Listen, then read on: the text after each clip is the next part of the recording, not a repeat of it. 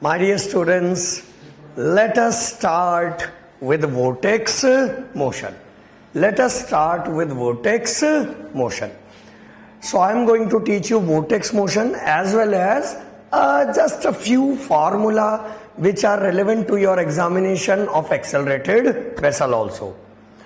So my dear students, I already told you this thing that three topics in fluid mechanics, that is dimensional analysis, turbulent flow and vortex motion. These three topics combined together, the number of questions which are asked in your GATE and engineering services examination are not that much. But still, you will appreciate that even in such a small topic, your teacher is going to solve so many hell number of numericals. Yes, we are definitely going to solve so many fantastic set of numericals. But first of all, let me introduce to you guys that what do we mean by vortex motion. But before starting anything, just tell me in the comment box whether you guys are alive or not. Should we start? Are you guys alive or not? Should we start?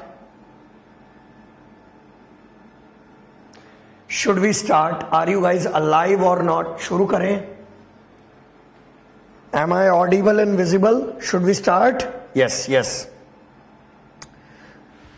See, again, the good thing about this chapter is, that is vortex motion and accelerated vessel. The good thing about this chapter is that whatever I want to teach you in this chapter, whatever derivations or whatever things I have to teach you in this vortex motion, I have already beautifully made my notes and provided to you in that PDF, page number 173. Come to page number 173. All the things are already there. So just like dimensional analysis, in this chapter also, you need not write even a single word. एक भी शब्द आपको लिखने की जरूरत नहीं है. Let us enjoy this topic in detail. Let us enjoy this topic in detail. Please look here on the board, my dear students. So the first question that should arise to the mind of a student is that what do you mean by vortex motion? That what do you mean by vortex motion? See, a lot of students, they are having this misconception in their mind. The misconception is because the students, they are going to think like that, sir, we are taking a bucket, and in that bucket I'm taking water, sir. And the misconception that the students are having is that they are going to put their hand into the bucket and they are going to rotate that water, let us say at a speed of 300 RPM or 400 RPM or something like that. Do you know, this kind of a thing you have been doing for a long time in your bathrooms. These are normal day-to-day life things, yaar. We do our time pass by doing all this stuff.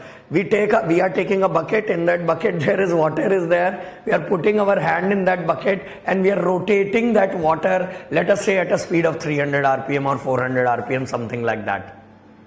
So this makes me realize one thing, that initially in that tank or in that container, initially when the container and the water was at rest, the liquid level in the container was horizontal. The liquid level in the container was horizontal, my dear students. But when you rotated that water, how many of you are able to feel and visualize that there is that एक गड्ढे जैसा चीज बनेगा, there is going to be a shape which is going to formed in the water, something like this. And I hope each and every one of you in your lifetime have seen this kind of a thing in real life. So therefore initially the level of water was horizontal, but as soon as you started to rotate that, the level has become something like this, something like this, something like this. So what is actually happening is, if you will see, this is our horizontal level is there, and when you start to rotate that fluid, the liquid level at the center falls, it falls, and on the sides of the bucket the liquid level rises, the sides of the bucket the liquid level rises. And you know, this shape which is formed in the bucket na, this is known as paraboloid. This shape is known as what? This shape is known as paraboloid. So in today's lecture, this vortex motion lecture, you know, our main aim is to find the height of that paraboloid. Why the hell we are studying this chapter? What is our aim of study? किसने सोचा था कि बचपन से bathroom में करी गई ये छोटी सी चीज भी एक दिन पढ़नी पड़ जाएगी?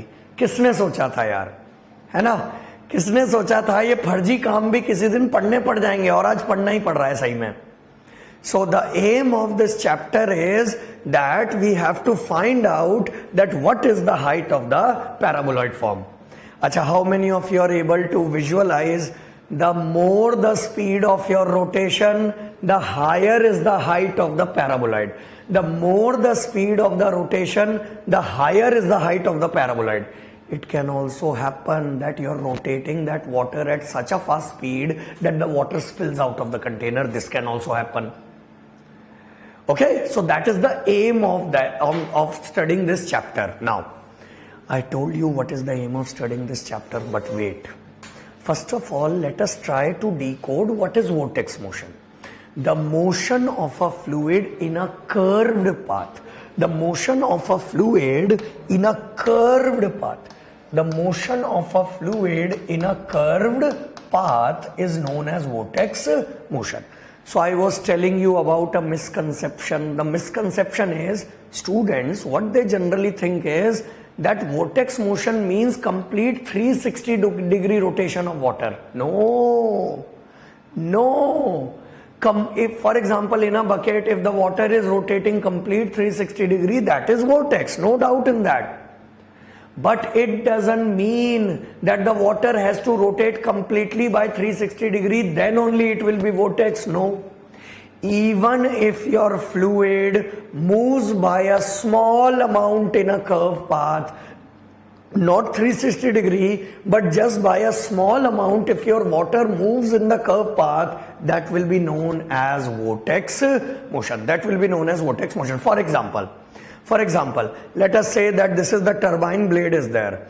And if this is the turbine blade is there, then your hydraulic machine sir is going to teach you that the turbine blades are not straight. They are not straight. The turbine blades are curved. The turbine blades are curved, something like this. So when the water jet is going to come and strike with the turbine blade, you know, this water is going to move in a curved path because the blade itself is curved. So the water is going to move in a curved path. This also is known as vortex motion, my dear students. For example, pipe bend. Pipe bend is a very famous example of vortex motion. For example, if this is your pipe bend is there, then the fluid is going to come in from here and fluid is going to strike with the wall of the bend and it is going to move something like this. So when the fluid is going to move like this, then this is also known as vortex motion. So the first thing that every student should realize is that it is not necessary. If complete 360-degree rotation is happening, yes, it is vortex. But even if somewhere a fluid moves in a small curvature, just it moves in a very small curvature, then also it will be called as vortex motion. Now next important thing. See, for anything to rotate about certain axis, you guys are engineers, you know this thing. For anything to rotate about a certain axis, you need torque. Now, you know, there are two types of vortex motion are there. One is known as free vortex motion. Acha, let me tell you this thing, beta. What I'm doing. For the next 20 minutes, throughout this country, in all the examination, whatever questions of vortex motion have been asked in the paper, objective questions. So I am discussing those questions with you. So here what strategy we are going to use in this chapter is, first of all, I will teach you all the theory portion, all the objective questions, whatever are relevant to the examination, I will teach you that. Then after teaching you all the objective questions, then I will teach you the mathematical equations, and then we will go for the numericals. So this is the sequence that we are going to follow here. Okay, so all the objective questions that I have seen till now in my life in the examinations related to vortex motion, I am going to put up here on this board so that your revision becomes easy. Okay, now see, so there are two types of vortex motion are there. One is known as free vortex and one is known as forced vortex motion. See, for creating a vortex or the fluid to move in a curved path, what is required? Torque. Now there can be two methods. First method can be if you apply the torque from outside and make the fluid move in a curved path. Hindi भाषा में अगर बोले तो आप मजबूर कर रहे हो, मतलब पहला तरीका क्या हो सकता है कि आप बाहर से टॉर्क दीजिए और फ्लूइड को मजबूर कर दीजिए गोल पाथ में घूमने में, या गोल पाथ बोलना गलत है, कर्व पाथ में घूमने में. That will be known as force vortex motion. So whenever you're desperately applying the torque from outside, the fluid was not rotating by itself, so you are applying the torque from outside and trying to rotate that stuff. This is vortex for you. This is vortex for you, but this is forced vortex motion. So what is force vortex motion? Force vortex motion are the one in which externally applied torque is there. In which externally applied torque is there. In which externally applied torque is there. ठीक है? But there can be certain other cases also in which you are not producing any torque from outside. You are not applying any torque from outside, but the fluid by its own forces, by its own, it produces the torque by its own and starts to rotate by its own. So इसमें हमारी जेब से कुछ नहीं गया, इसमें nothing is going, no money or no energy is going out of our pocket for making the fluid to rotate. It rotates by itself. It creates the torque by itself due to internal forces. Such is known as free vortex. So in case of free vortex, externally applied torque is zero. Externally applied torque is zero, whereas in this case you are applying the externally applied torque. Next important thing, look here on the board. All these are objective questions, beta. Next thing is, you know, the governing equation of free vortex motion is VR equal to constant. The governing equation of free vortex motion is VR equal to constant, whereas the governing equation of force vortex motion is V is equal to R omega C. Whenever you give torque to something and you rotate that thing, this is the governing equation. V is equal to R omega. Beta, don't take it lightly. These questions, two objective questions already I have discussed, and this equation has been asked many times in a lot of PSUs. A lot of PSUs I have seen this question. They will ask like this. The governing, which of the following is valid for a force vortex motion? Something like that. Then the answer is V is equal to R omega. Beta, these governing equation will also be utilized in solving numericals as well as your derivations. But what is the governing equation for free vortex motion? Governing equation for free vortex motion is VR equal to constant.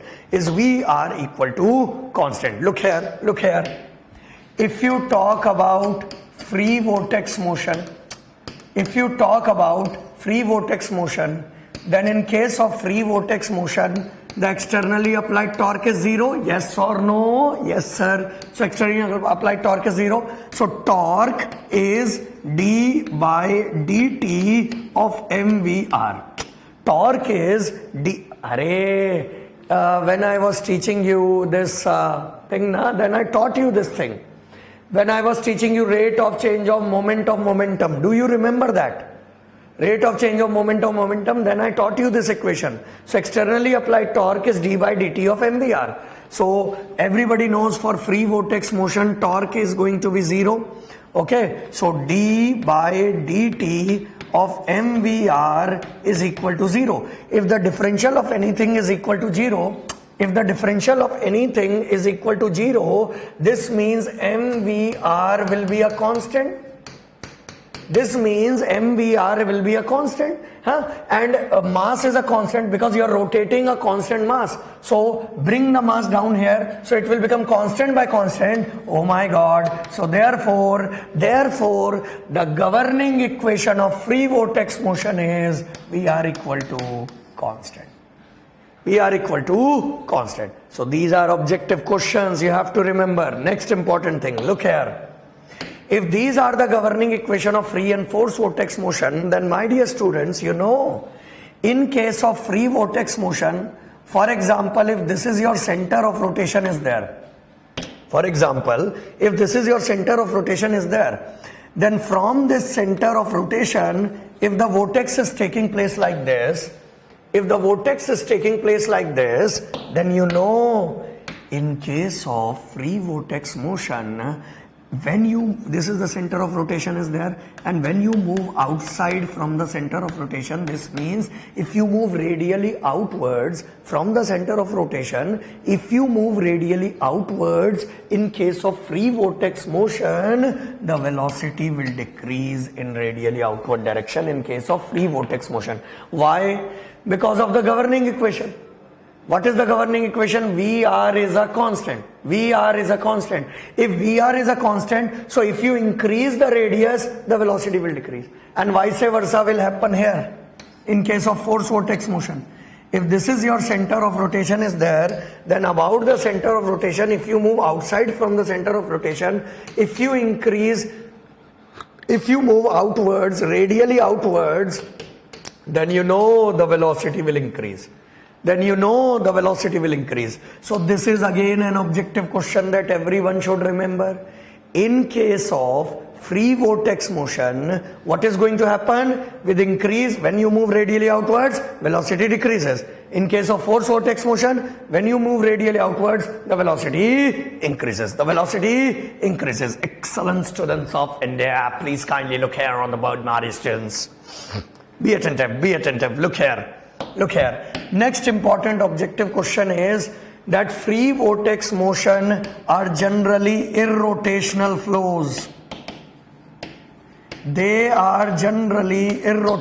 flows. Whereas forced vortex motion are generally rotational fluid flows. Now some student is going to ask me, sir, from where the hell it is coming?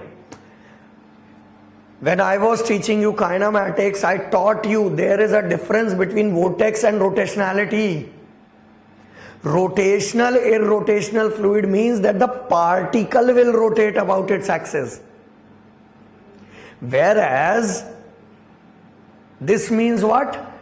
The vortex motion means that the fluid is rotating about a certain axis. That is vortex. But the particle rotating about its axis is rotational. So therefore, our vortex motion can be rotational as well as irrotational. Now some students will ask me that, sir, how force vortex motion is rotational? We can derive this. This is mathematically we can derive this. Okay. So with the help of mathematical equations, we can derive this. But at the moment, I am giving you the theory portion. All the objective questions at one location I want to put, so that when you revise, your revision becomes easy. One more objective question. Look here on the board. You know, in case of free vortex motion, Bernoulli's equation is not, in case of free vortex motion, Bernoulli's equation is applicable.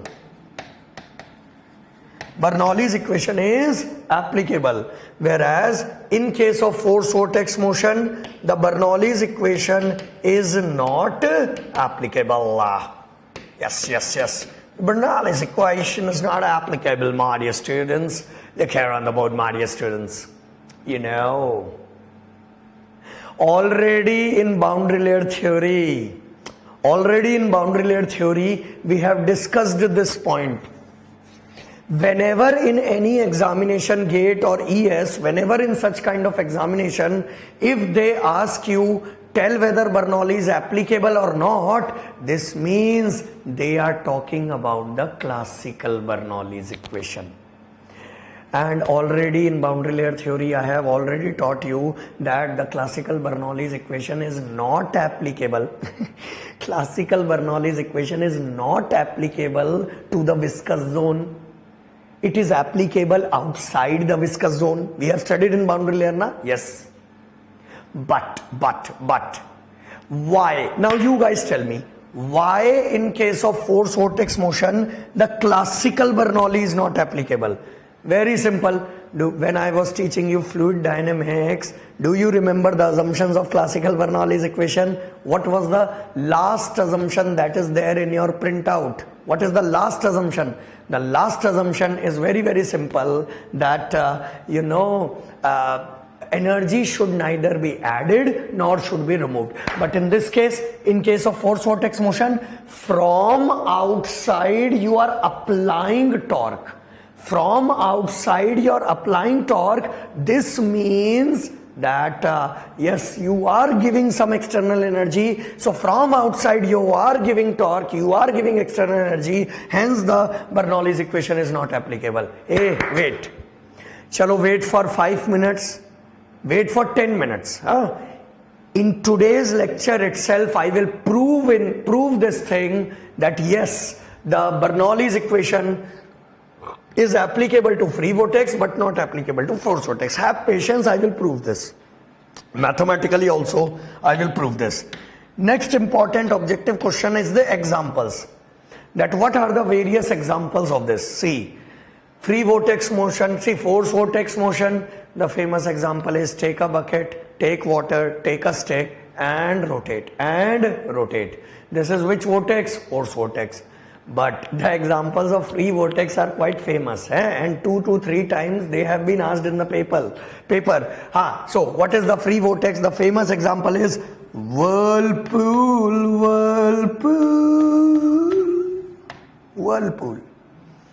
अरे whirlpool भाई, whirlpool मेरे लाल, भंवर हिंदी भाषा में भंवर, दिल का भंवर करे पुकार, वो वाला भी नहीं. So for example, let us say you are standing on the bank of a river, and you are standing on the bank of a river and you are able to see the river, and you are going to see in the river that automatically some vortices are getting created in the river. Yes or no? So you are going into the river and creating those vortices? No, they are created by themselves. They are created by their own internal energy. So whirlpool is an example of free vortex motion. You know, the name of this company, Whirlpool, is kept over this vortex motion itself. Because you know, in a washing machine, central there is a rotor is there. So when you put in all the clothes, put in water into that, excuse me,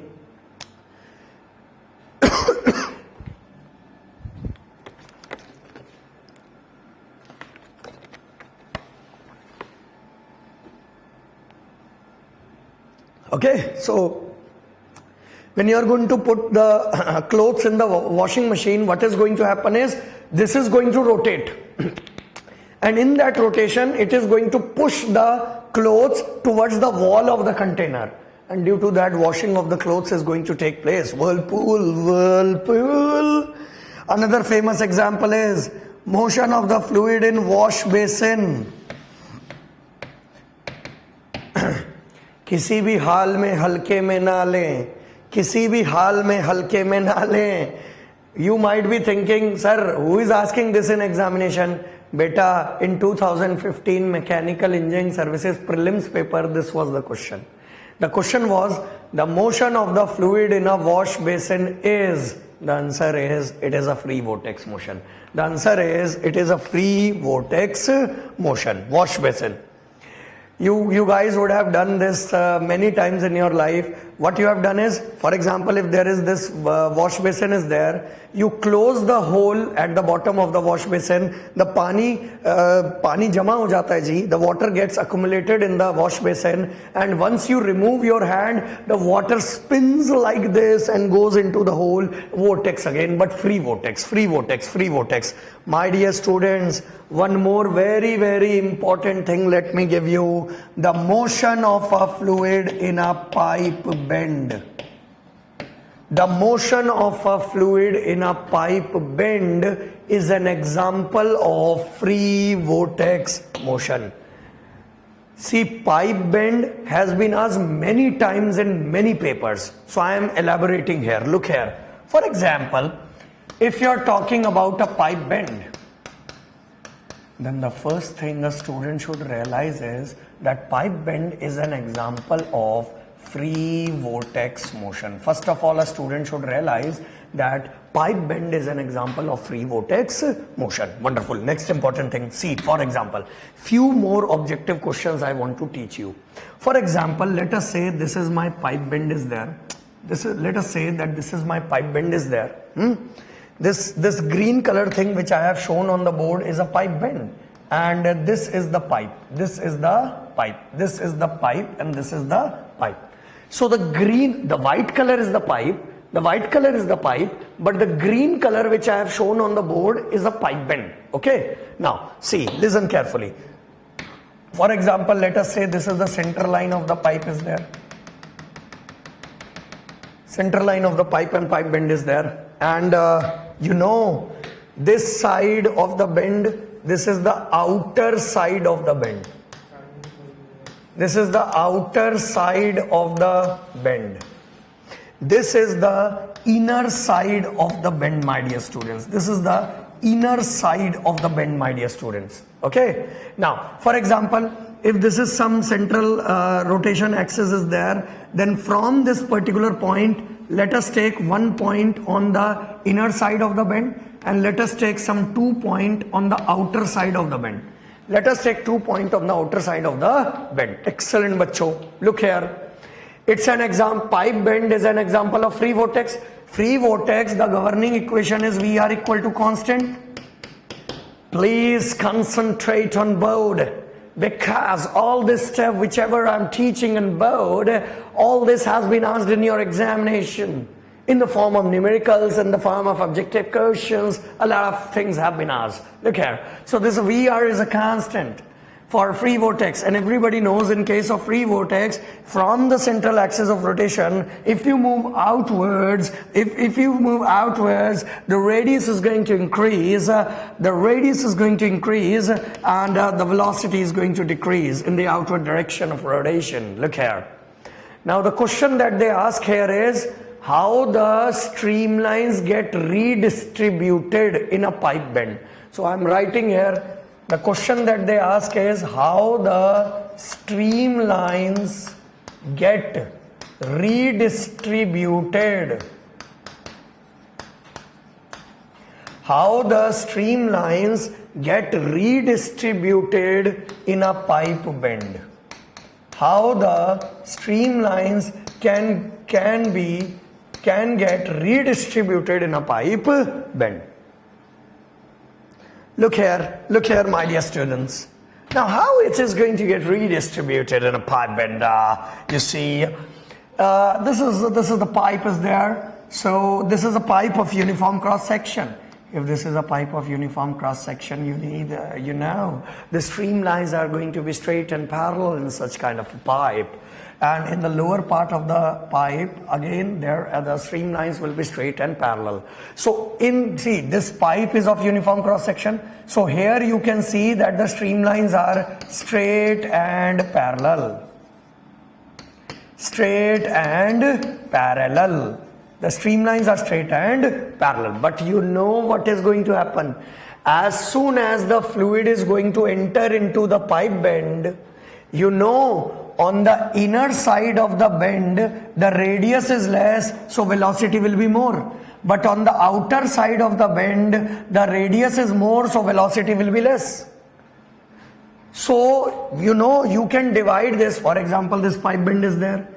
Above the blue line, this is outer side of the bend. Below the blue line, there is inner side of the bend. Please try and understand what I'm trying to say. So see, this is outer side of the bend and this is inner side of the bend. And the stream in the outer side of the bend, because you're moving, see, fluid is coming like this and moving in a curved path. So when the fluid is moving in a curved path like this, so from some center of rotation, you are moving radially out. So when you're moving radially out, more the radius, the velocity will be less. So can I say velocity at 2 will be less than velocity at 1? Because you know now, velocity will be more in the inner side in comparison to the outer side of the bend. So V2 will be less than V1. V2 will be less than V1. Same manner, I can say P2 will be greater than P1. Of course, Bernoulli. Hey, listen, it's a pipe bend. And pipe bend is free vortex. If pipe bend is free vortex, can you apply Bernoulli's equation? Yes. Can you apply Bernoulli's equation? Yes.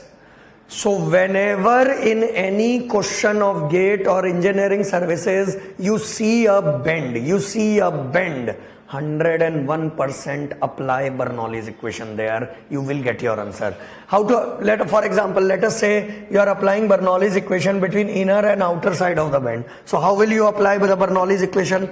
P1 by W plus V1 ka square by 2G plus Z1 is equal to P2 by W plus V2 ka square by 2G plus Z2. This is lying on the same horizontal level, so Z1, Z2 is gone. Okay, then whatever is given in the question, you can put and you can solve. Acha. Now how the streamlines are getting redistributed? See, in the outer side of the bend, the velocity is less. When the velocity is less, the streamlines move far apart from each other.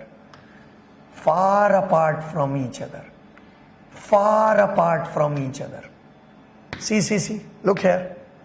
And in the inner side of the bend, as the velocity is increasing, the streamlines come closer to each other. And after this, there is again a straight and parallel pipe, so the streamlines will also become straight and parallel. So what I am actually want to teach you here is that on the outer side of the bend, the streamlines move far away from each other. And on the inner side of the bend, the streamlines come closer to each other.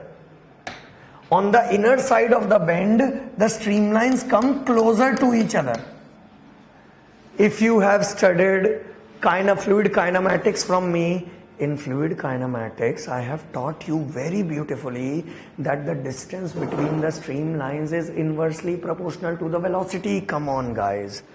The distance between the streamlines, the distance between the streamlines is inversely proportional to the velocity. So in the outer side of the bend, the velocity is lesser, so the distance between the streamline is larger. You can check wherever in kinematics I have taught. देखो बच्चों, बड़े सारे इस batch के बच्चे सोच रहे हैं कि सर ब्रेक के बाद आप इंग्लिश में क्यों बात कर रहे हो?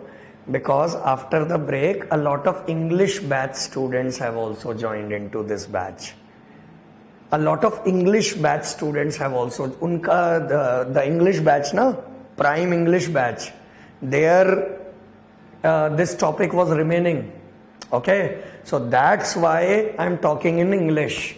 So a lot of English batch students have entered into your Hindi batch. Okay, so this after the break class is actually a combined class, because due to certain reasons in the English batch 2-3 topics were remaining. The last 2-3 topics were remaining. So that's why I'm teaching in English.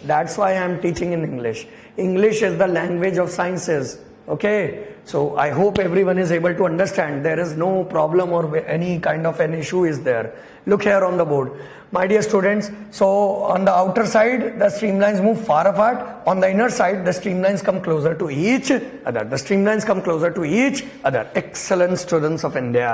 Excellent students of India. Look here on the board. So whatever is there on the board, see, this thing, all these are objective questions, and you have to remember all these objective questions, so that then only you can go for the numericals. Wonderful. So listen to me carefully. This slide, and this slide. These three slides you have to note down in your numerical register, because though a lot of things whichever I am teaching, whichever I am teaching, all this stuff is already there in your printout. But what I want is, because I have put all the stuff in a sequential manner, so I want you people to put all this stuff in your numerical register, okay? But after the class, from the recorded lecture, you have to put, see, all these three slides. First slide, let me minimize this so that you are able to see. Let me minimize this. Wonderful. Look here. So this is the first slide. This is the first slide that you have to put in your numerical register. This is the second slide you have to put. This is the third slide you have to put in your numerical register. So after the class, from the recorded lecture, you please take all this stuff from the recorded lecture. One more example let me give you. This is a very famous example, will be utilized in hydraulic machines. What is the example? The example is centrifugal pump.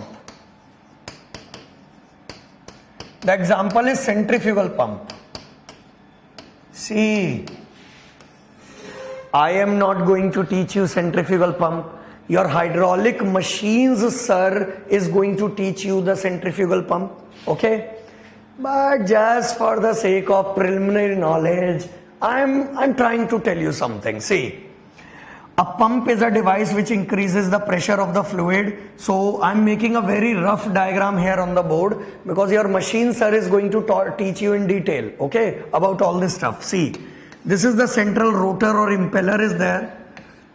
These are the blades. So this is rotor or impeller. This is either known as rotor or this is known as impeller, okay. Now, apart from this, there is another casing is there. In that another casing, another set of blades are there. Now this casing is not moving. This is known as stator of the centrifugal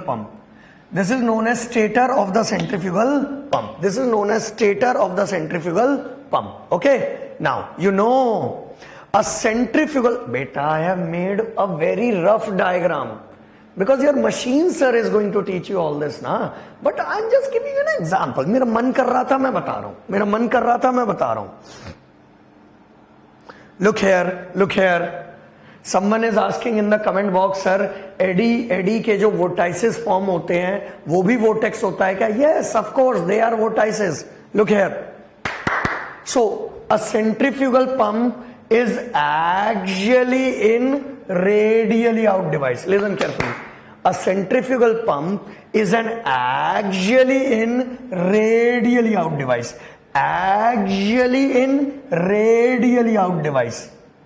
So for example, for this centrifugal pump, if this is your central impeller shaft is there. Now if this is the central impeller shaft is there, then the fluid is going to come in axially in, radially out. So what you are doing from outside, you are giving energy to the pump in the form of electricity. So due to that electricity, this central rotor is constantly rotating. When the central thing is rotating by itself, then what is happening? Fluid will come in like this, and fluid will be made to move over the blade like this. आप fluid को मजबूर करेंगे कि fluid move कर जाए ऐसे, और जब आप fluid को मजबूर करेंगे curve path of the blade पे move, क्योंकि this blade which is there now, you are rotating this blade now, and due to that external rotation of the blade, the fluid is made to move over the curved path like this. This is forced vortex motion. So you know, another very important objective question you can say, rotor and impeller are forced vortex, is an example of forced vortex motion. Rotor and impeller is an example of forced vortex motion. Acha, why do you make a fluid to flow in radially outward direction in a curved path? Today, wait for 5 minutes. Just wait for 5 minutes. In today's lecture itself, I will prove in today's class that whenever a fluid is moving in a curved path, and when the fluid is moving in a curved path and you are moving radially outwards, the pressure always increases. And pump is a pressure increasing device. So therefore, when you make the fluid move in a radially outward direction, the pressure increases. वैसे तो मुझे नहीं पढ़ाना चाहिए था, but ये सब आपके हाइड्रोलिक मशीन्स वाले सर डिटेल में बताएंगे. He is going to teach you everything in detail. But wait, see, this is the rotor. So when the fluid comes out from here, the pressure of the fluid is high. Okay, now in front of this you are applying another set of blade, which is the stator set of blade. Now in this stator set of blade, the fluid which is coming out from the rotor blade will move through this stator blade, but this stator blade is not moving. So the fluid by its own will move through this stator set of blade and its pressure will increase further.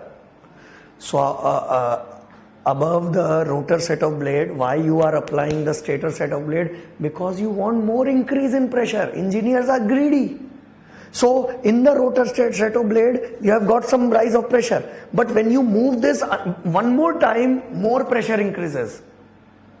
But stay in the stator, the fluid is moving by itself. The stator is not moving. So stator is an example of free vortex motion. Stator is an example of free vortex motion. And whenever you move radially out, the pressure always increases. This thing I will prove now mathematically. So my dear students, this also you take in your numerical register. So 4 slides you have to take from your numerical register. I'm moving again. First slide, second slide, third slide, fourth slide. These 4 slides you have to put in your numerical register. So in the last let us say 45 minutes, I have discussed with you a lot of objective questions from this topic. Now we will look into the mathematics. That what are the various governing equations are there.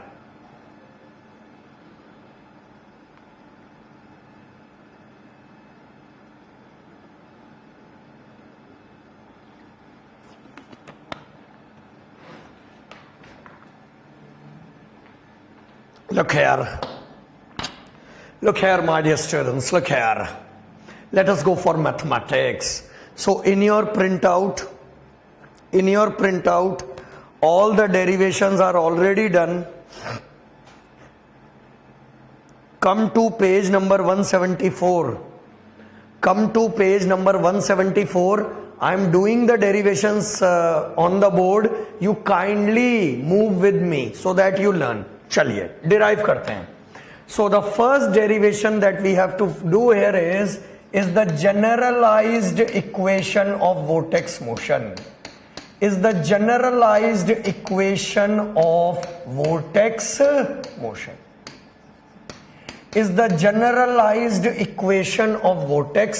motion. My dear students, I said generalized equation of vortex motion. General equation of vortex motion means that whatever equation I will be deriving will be applicable to free as well as force. Or in other language you can say any fluid moving in a curved path. No matter whether that fluid is forcefully moving in a curved path or freely moving in a curved path, it doesn't matter. Any fluid which is moving in a curved path, this equation will be applicable. So a lot of things I am going to dictate. Okay, so you please take. So wherever your heading is written, na, page number 174 in your printout, wherever heading is written, na, general equation of vortex motion, just make an arrow like this. Just make an arrow like this and right in front of that. Come on, right in front of that. This equation is applicable. This equation is applicable. This equation is applicable to any fluid moving in a curved path. This equation is applicable to any fluid moving in a curved path, whether freely or forcefully. This equation is applicable to any fluid moving in a curved path, whether freely or forcefully. Whether freely or forcefully. Whether freely or forcefully. Chaliye, now let us derive. Let us now derive. Look here, my dear students, everyone just look here. For example, let us say that this is some central axis of rotation is there. From this central axis of rotation, let me take a fluid element in my rotation. Let me make you understand how it is like this. So from some central axis of rotation, from the central axis of rotation, the fluid is rotating like this. The fluid is rotating about the central axis like this. Now, in that rotating fluid, for our analysis purpose, let us take a sectorial fluid element. Baba, you guys know na, that always in our derivations, it depends from derivation to derivation. It depends from derivation to derivation that what kind of fluid element you have to take. Like in hydrostatic force, we took an element which was cubical. In Bernoulli, we took an element which was cylindrical. Here we are taking an element which is sectorial. So for example, let us say you are having a bucket. In that bucket, if you're rotating the fluid, in that rotating fluid, from that rotating fluid, you're taking an element. You're taking a fluid element. And you're taking that fluid element and showing on the board. So therefore, look here. Your element is something like this. So this is my fluid element, my dear students. This is my fluid element, my dear students. Very good. So this element you have taken at a radius of r. Let this area be some dA. Let the length of my fluid element is some dr, and you have taken this element at a radius of r from here. So therefore total distance is going to be r plus dr. Total distance is going to be r plus dr. A lot of students, they have trouble to understand, sir, we are not able to understand the shape of this element. Okay. Let me give you an example so that you get the feel of the things, that how this kind of a shape is there. Very good. You see, have you ever seen a pizza? As pizza, there are slices are there, triangular slices are there. Now what you do is, as soon as the pizza comes to your table, what you do is you rotate that table at a speed of 300 RPM. So when you rotate that table at a speed of 300 RPM, all the pizza slices are going to move out radially. All those pizza slices are going to move out radially due to a force known as centrifugal force. And when all the pizza slices are going to move out radially, out of all those pizza slices, you catch one slice. And that one slice, you take a bite. हमने एक bite लिया जी. After taking the bite, whatever is remaining in your hand is there on the board. Come on, guys. After taking the bite, whatever is remaining in your hand is there on the board, is our fluid element. Just wait. Pizza slice is there. You're taking this bite and you know there is this small area is there. Cheese area is there. Na? Cheese burst type of area is there. So therefore that area I have taken as what? dA. So I hope now that you people have understood that what kind of element sir is taking into play.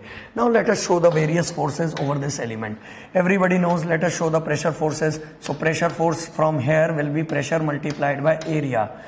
Array, this pressure force we have been showing from ages here. From ages we have been showing these pressure forces. So therefore pressure force applied over this element from here is going to be P into dA. Then this element is going to apply like this. So this is going to react something like this. This is going to react something like this.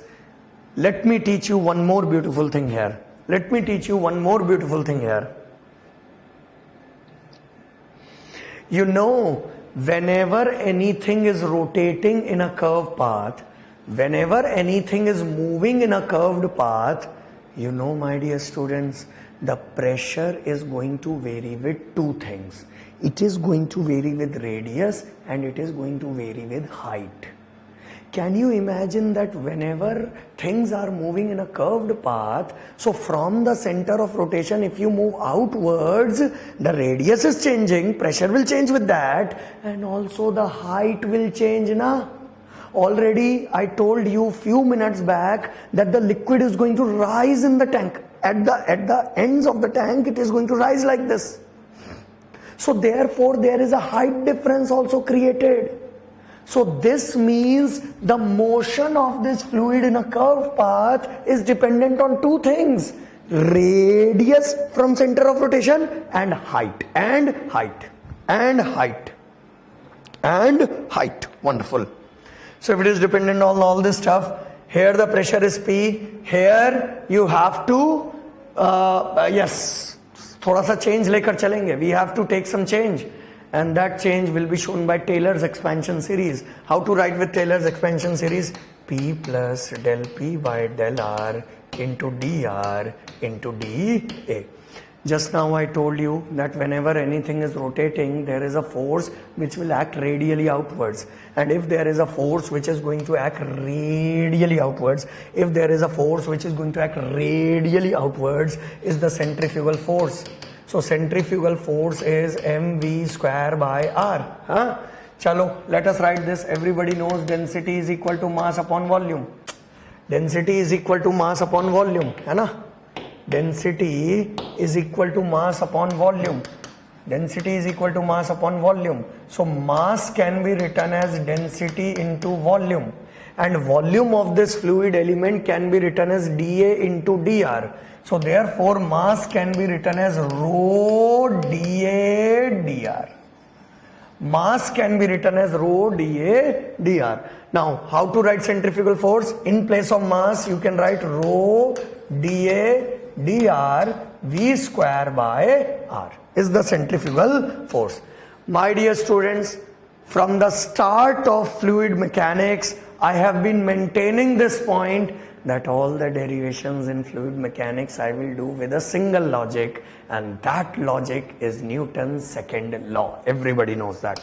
So chalo, let us apply Newton's second law here also. Summation of forces is mass into acceleration. Now just observe beta. See, this vortex motion this vortex motion you are doing with a constant angular velocity.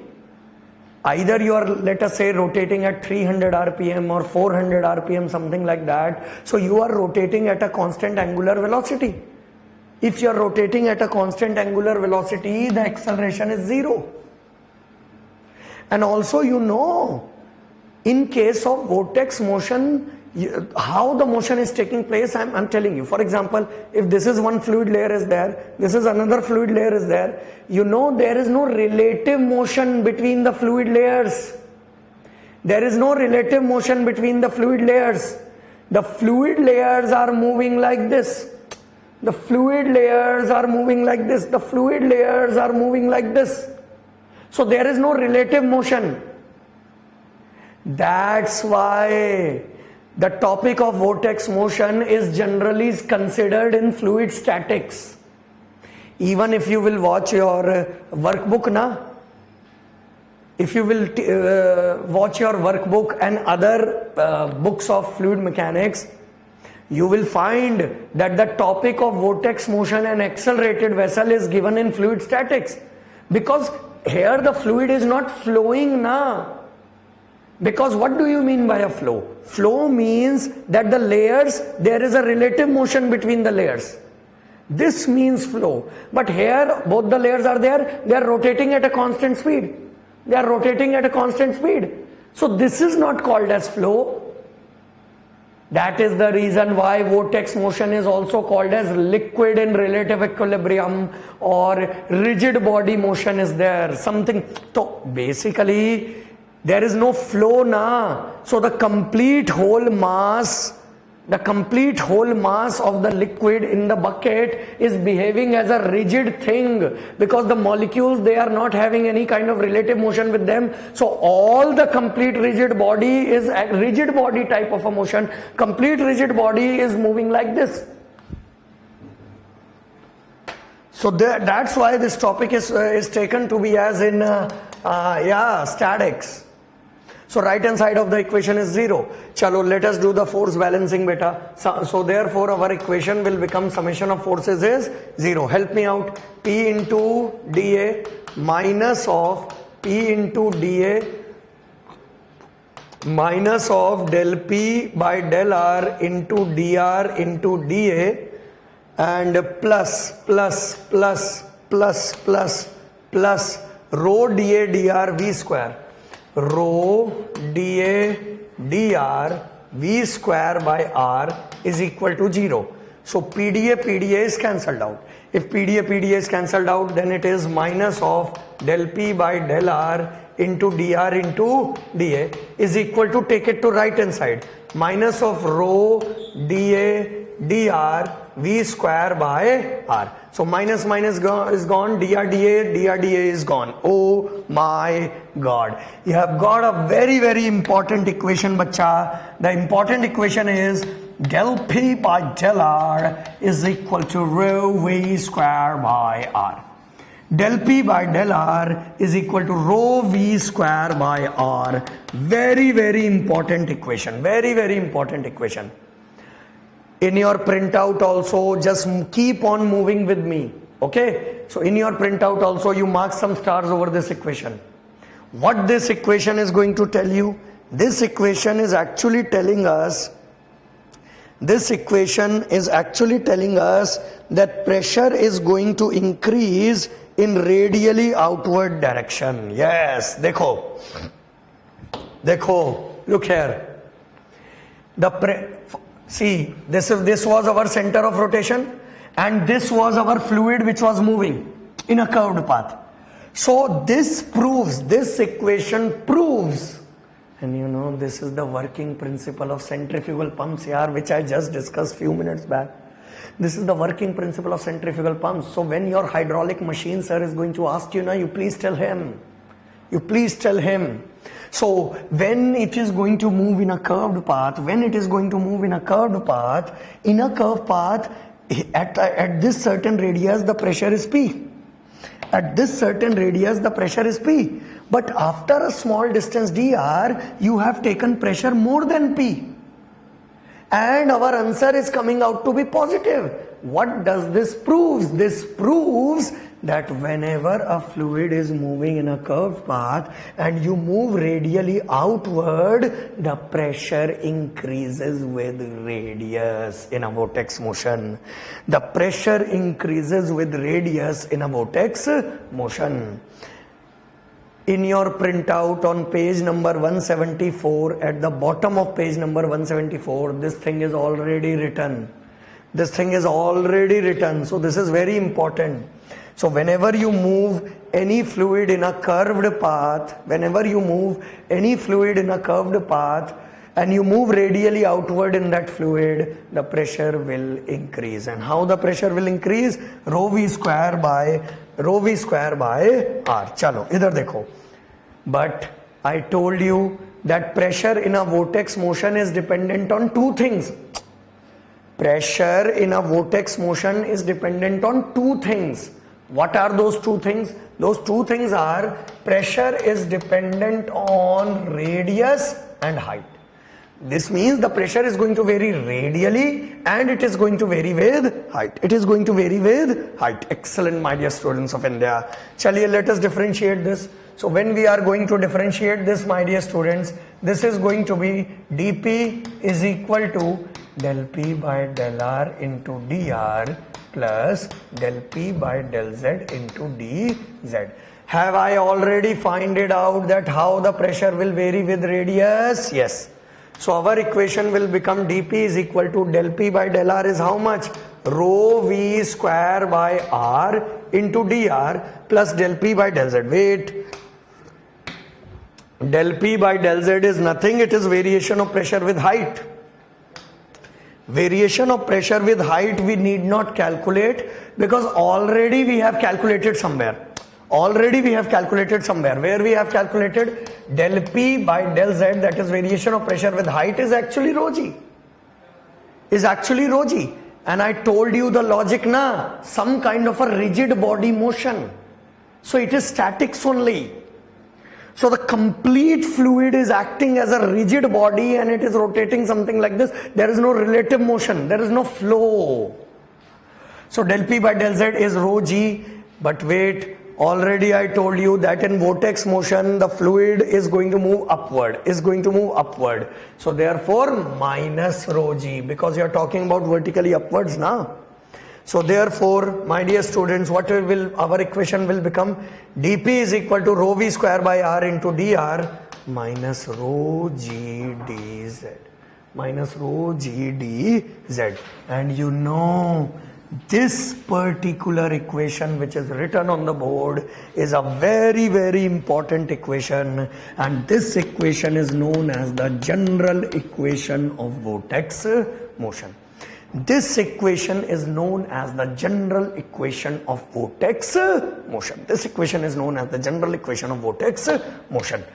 बेटा सुनो, listen. आपको इस chapter में वैसे तो फॉर्मूले याद करने हैं, लेकिन मैं करवा रहा हूं डेरिवेशंस आपको. लेकिन in reality in this particular chapter you have to remember all the formulas where I am marking the stars. Whether you want to do the derivation or not, that's your choice. But please remember all the formulas where I am marking the stars. Even if you remember all the formulas now, things will be easier for you in the numericals. Okay? Chalo, look here. So what is the equation? Come on, say it with me. What is the equation? dP is equal to rho V square by R into dr minus rho G into dz. Come on, say it with me again. dP is equal to rho V square by R into dr minus rho G into dz. Minus rho G into dz. Excellent, students of India.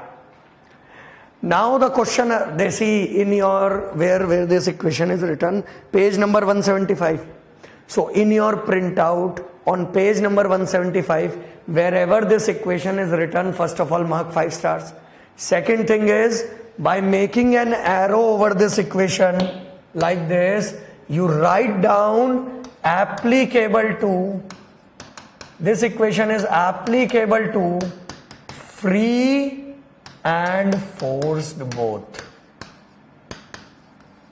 This equation is applicable to free and forced both type of vortex. Now the question arises is, sir, how this equation will help us, or what this equation is giving us? Listen carefully. For example, let us say you are having a tank something like this, and in this tank, let us say this is the liquid level in the tank. So initially, when the tank is at rest, when the tank and the water is at rest, then initially the liquid level in the tank is horizontal. The liquid level in the tank is horizontal. But when you are going to rotate this tank about its axis,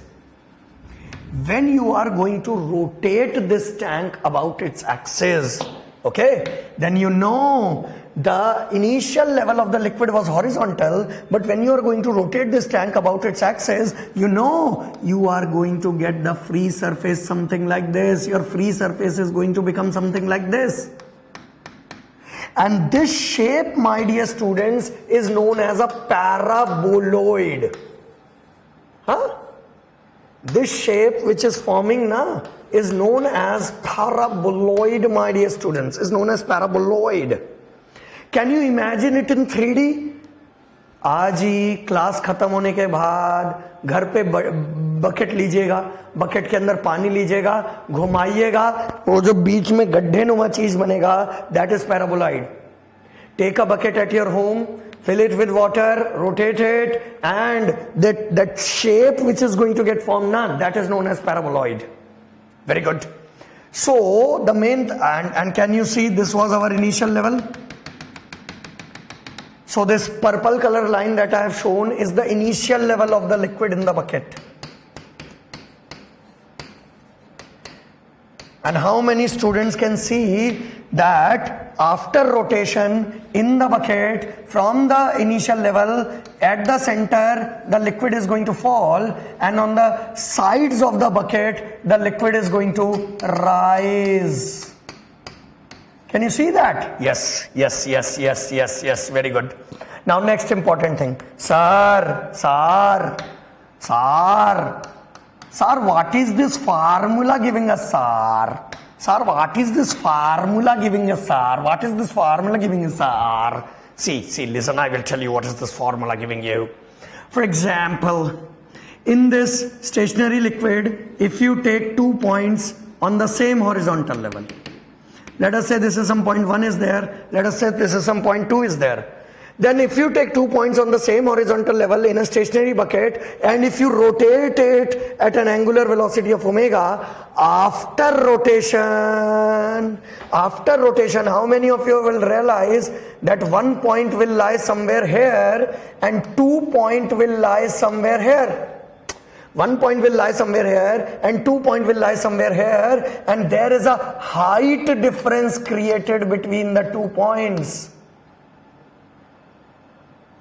So the pressure difference between these 2 points in a curved fluid, in a vortex motion, the pressure difference between any 2 points in vortex motion, no matter free, no matter force, the pressure difference between any 2 points in force vortex motion will be given by this equation. Come on, guys. Will be given by this equation. Will be given by this equation. Look here. Look here. For example, there is liquid is there, and let us say I am rotating water in that liquid. Now in that rotating liquid, if I take 2 points, the pressure difference between those 2 points in vortex will be given by rho v square by r dr minus rho g into dz. Hopeful. Just tell me in the comment box whether you people have understood. Come on. Tell me in the comment box. Tell me in the comment box whether you people have understood what this equation is going to tell you. So this equation is basically going to tell you the pressure difference between any 2 points. Is going to tell you pressure difference between any 2 points in force vortex motion. In any vortex motion.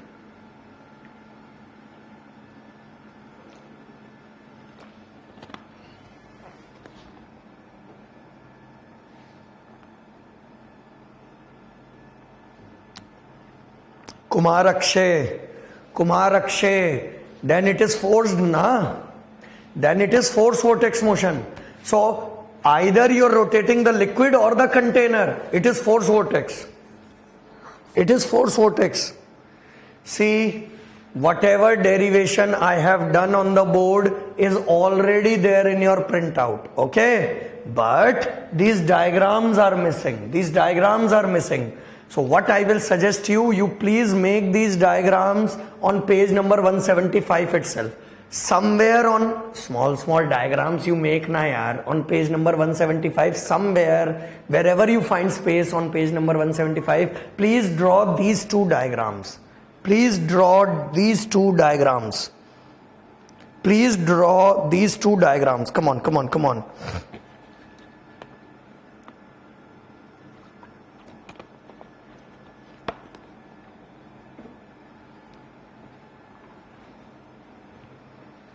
Please draw these two diagrams.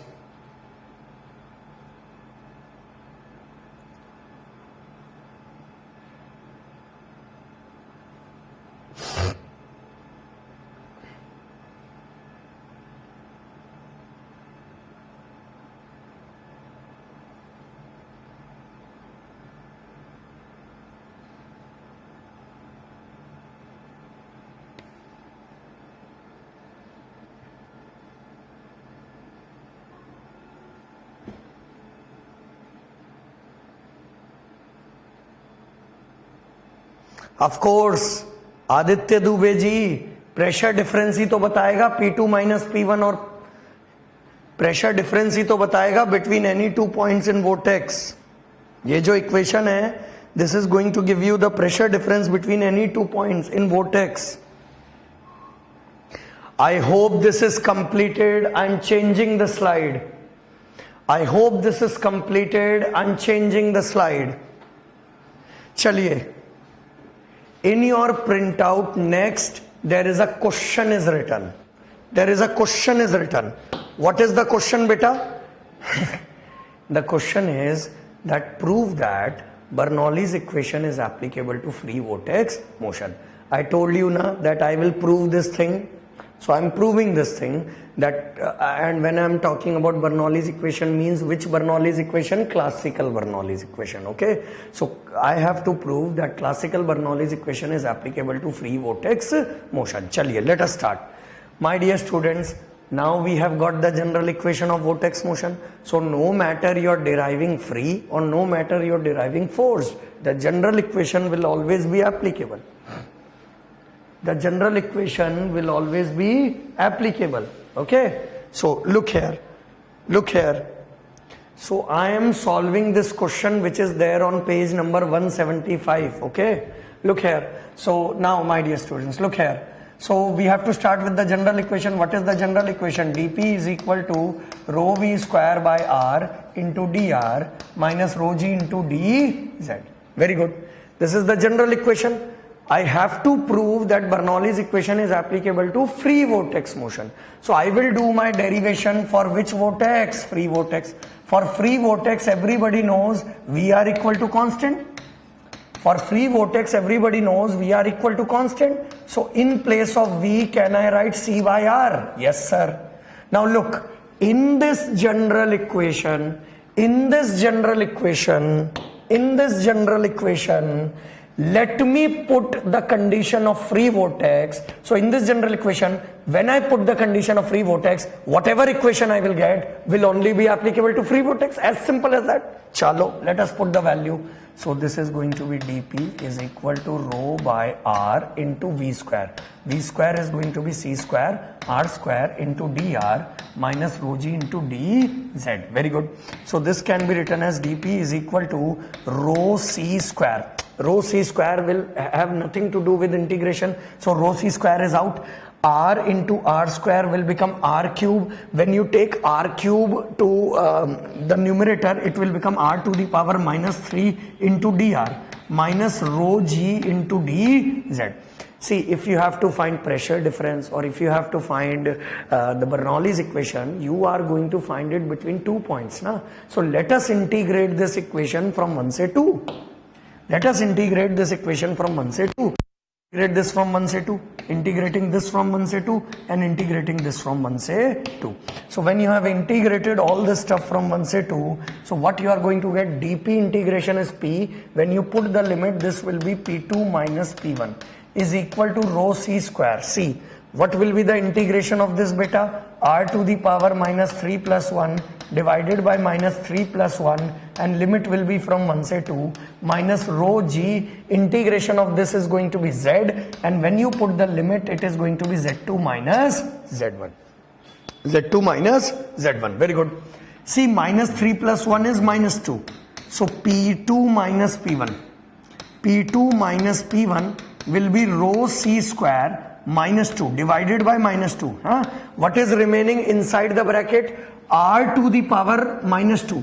R to the power minus 2 can be written as 1 by r square, and over 1 by r square, when you put the limit, it will be 1 by r2 square minus 1 by r1 square minus rho g z2 plus rho g z1.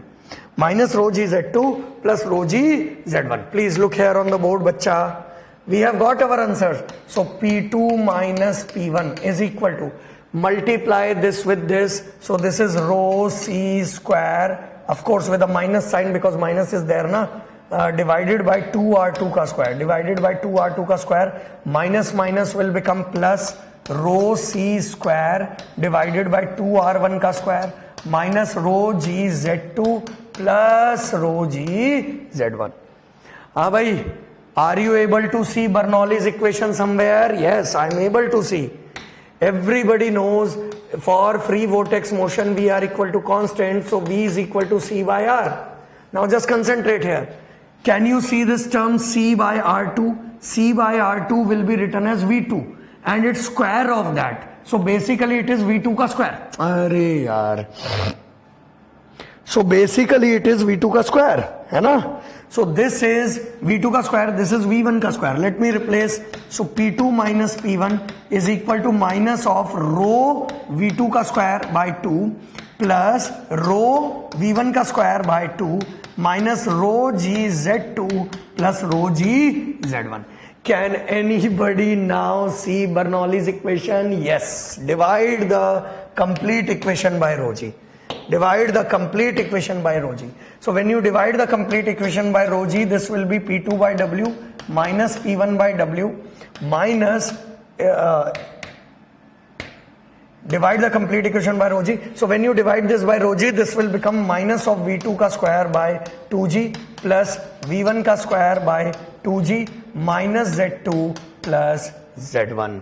And you people can clearly see we have got to the classical Bernoulli's equation. So that is P2 by W plus V2 ka square by 2g plus Z2 is equal to P1 by W plus V1 ka square by 2g plus Z1.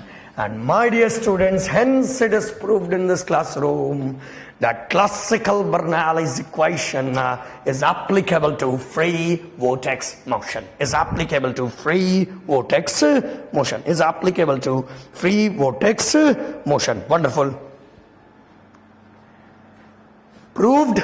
Yes. Let me give you a homework. Let me give you a homework.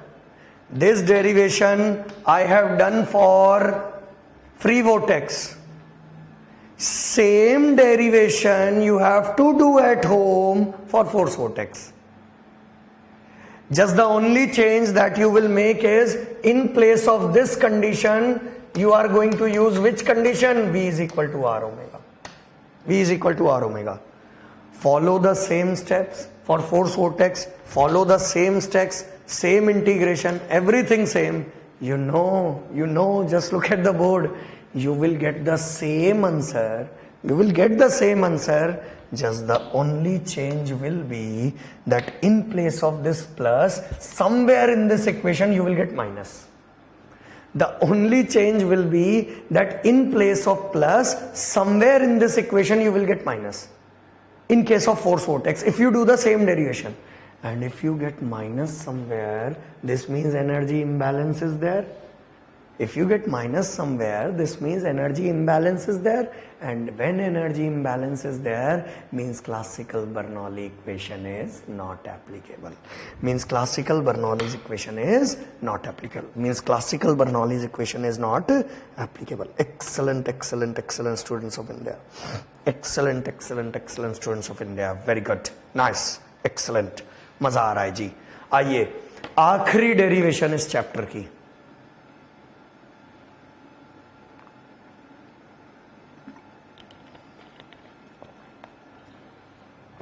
last derivation of this chapter. Last derivation of this chapter. Last derivation of this chapter. Now look here, what will be the last derivation of this chapter? Let us go for forced vortex. Dear, I already told you that what is our aim of studying this chapter? Our aim of studying this chapter is to find the height of the parabola. Okay, chalo, now let us find that height of the parabola. So whether your vortex is a free vortex or forced vortex, it doesn't mean. Always your analysis, you can start with the general equation of vortex motion. And what is the general equation of vortex motion?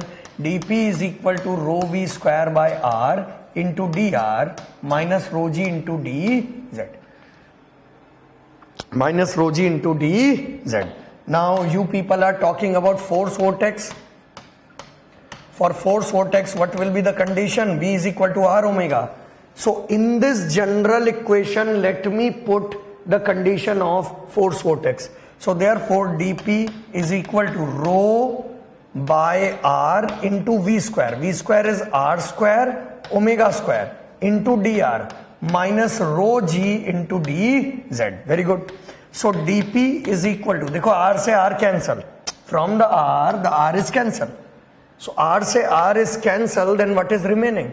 Rho omega square. It has nothing to do with the integration to taken outside. But one r is remaining into dr minus rho g into dz.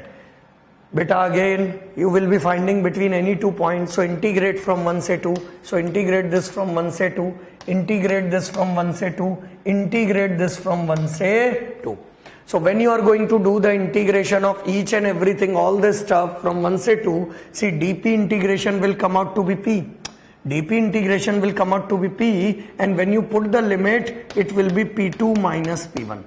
It will be p2 minus p1 is equal to rho omega square. The integration of this is going to be r square by 2. Integration of this is r square by 2. 2 you take outside, so 2 will come here, and when you put the limit, it will be r2 ka square minus r1 ka square. It will be r2 ka square minus r1 ka square. Very good. Minus rho g, dz integration will be z. When you put the limit, it will be z. Oh my God. My dear students, in your printout also, mark this equation. This is a very, very important equation, and mark some stars over this equation. All the equations where I am marking the stars are very, very important. All those equations where I am marking the stars are very, very important equations. Very good. On page number 176 in your printout, can you see this particular equation on page number 176? Yes. Where A, this equation is there, na? A, page number 176. Wherever you are seeing this equation, please mark an arrow like this. Please mark an arrow like this in your printout and write down. I am dictating something, you please write down. Write down. This equation will give the pressure difference between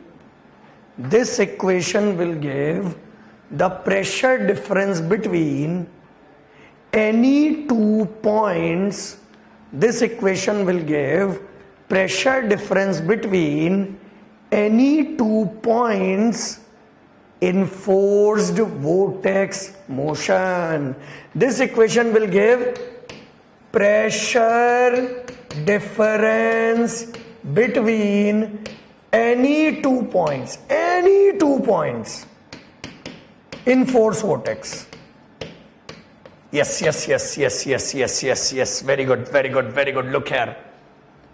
So for example, if you are rotating any fluid in a bucket or something like that, the pressure difference between any 2 points will be given by this equation, and a much more simpler equation. Now just observe what I am doing here on the board. Let us use this particular equation for our advantage. See, For example, let us say I am having a container is there, and in that container, let us say this is the liquid level is there in the container. This is the liquid level is there in the container. Now in this container, listen carefully, in this container, if you rotate this container at its central axis about an angular velocity of omega, the shape of the free surface is going to become something like this, which is a paraboloid shape. Now just listen what I am doing on board. This equation, remember this equation is giving me the pressure difference between any 2 points in force vortex. Any 2 points in force vortex. Oh, let us use a trick, because this equation is telling us pressure difference between any 2 points. So any 2 points, so I can take anywhere in the fluid, na? But it has to be force vortex, of course. So what I'm using a trick here. What I'm doing is I will take those 2 points on the surface.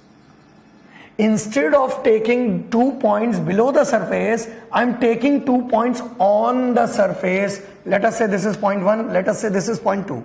Now when you rotate this container, how many students are able to visualize that the 2 points which you have taken on the surface, when you rotate this container at a speed of omega, those 2 points will remain on the surface.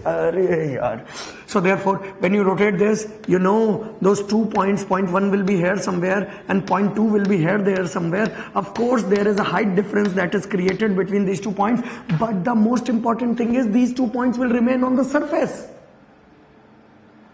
And if these 2 points remains on the surface, beta ji, the pressure difference between these 2 points, can it be given by this equation? Yes sir, yes sir, yes sir. So for these 2 points which I have taken on the surface, if I apply this particular equation, the LHS of the equation will become 0. My trick will become beneficial for me. ससुरों भैया 2 point surface पे ले लिए, तो ये equation applicable है ना वहां पर. अगर ये इक्वेशन एप्लीकेबल है तो एलएचएस 0 हो गया. हे प्रभु हे प्रभु हे प्रभु, एलएचएस 0 हो गया. अगर इन 2 पॉइंट जो आपने सरफेस पे लिया है इसके लिए एलएचएस 0 हो गया, तो बताओ क्या आएगा. ये this is 0. If this is 0, bring this to this side. If you bring this to this side, this will become plus. Rho and rho will get cancelled out. G will come down. Can anybody tell me what will be the value of Z2 minus Z1? Z2 minus Z1 will come out to be omega square by 2G R2 ka square minus R1 ka square. This is another very, very important formula. I'm marking stars over it. This is another very, very important formula. I'm marking stars over it. Page number 177. Page number 177, on the top of page number 177, you will find this formula. Now, if somebody asks me what this formula is going to give you, this formula will give you height difference between any 2 points taken on the surface. Yes. Taken on the surface of free vortex, force vortex, taken on the surface of forced vortex, taken on the surface of forced vortex. The most important thing is that you are going to get this formula. This equation was applicable to any 2 points in force vortex. But this equation is only applicable to 2 points taken on the surface. Because when you take points on the surface, then only the LHS becomes equal to 0. Then only the LHS becomes equal to 0. Yes or no? So if the LHS becomes equal to 0, then only this particular equation is applicable. Yes. But wait, please help me, please help me. I have found out the height difference between these 2 points. But in reality, I don't want the height difference between these 2 points. I want the height of the total parabola. So I don't want the height difference between these 2 points. I actually want the height difference of the total parabola. Anyone, any suggestion? Any suggestion? How to convert this height into the total height of the parabola? How to convert this? Very simple. Take 1 point at the center and 2 points at a radius of r. Take 1 point at the center, 2 points at a radius. So therefore, when you take 1 point at the center, r1 will become 0. R2 will become equal to R, and Z2 minus Z1 will become equal to the height of the parabola. Yes or no? Yes, sir. So in this particular equation, if you put R1 0, in this particular equation, if you take R1 0, R2 is equal to R, Z2 minus Z1 will become H. My dear students, we have got the world famous formula for height of the paraboloid form is omega square r square by 2g, where this omega is nothing, it is 2 pi n by 60. Is 2 pi n by 60. Is 2 pi n by 60, my dear students. So look here. For example, if this is the container is there and you're rotating this container at an angular velocity of omega, then you know the parabola is going to form something like this. The paraboloid is going to form something like this. So if you want to see it in 3D, the parabola, this is the parabola I'm talking about. The height of this particular parabola will be equal to omega square r square by 2j. And one more thing a student should remember is the volume of this paraboloid. So volume of this paraboloid, the volume of this paraboloid is actually given by half pi r square h. So these two things you have to remember for your numerical paper. That is the volume, yes, because you have to remember the volume, because in some of the examinations they are going to ask us that how much water is spilling out of the tank. So if you're going to rotate at a very high speed, the water is going to come out of the tank. In those kind of questions, they are going to ask us that what is the volume of the liquid coming out of the tank. In that particular case, you need to find out the volume of the paraboloid, and that is half pi r square h, my dear students. Complete batch, not even a single student should be missing. Just tell me in the comment box whether you have understood each and everything in detail or not. Then we will move on to the numericals. Come on.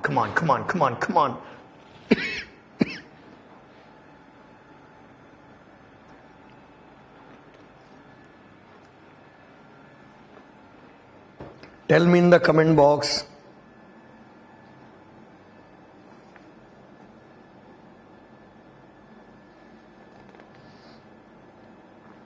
Tell me in the comment box whether you have understood this particular all the stuff or not. Yes, understood. See, this thing, you please take it in your printout. Page number 177, bottom part of your page number 177. Please take this in your printout. Make it fast. Come on. Take this. लूट लो, बटोर लो, ले जाओ, गर्दा छुड़ा दो. So yeah, quite a busy day. Yeah. Wonderful.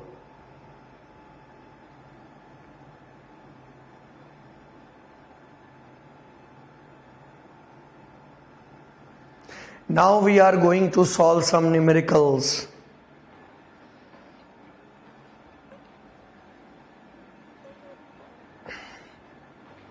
Okay, chalo, let us start with the numericals.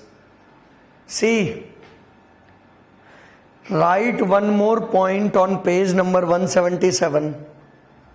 At the bottom of page number 177, write down one more point. I am dictating one point. Write down, in case of force vortex motion, In case of force vortex motion, when no water spills out, in case of forced vortex motion, in case of forced vortex motion, when no water spills out, in case of forced vortex motion, when no water spills out, the rise of liquid level at the ends, the rise of liquid level at the ends is equal to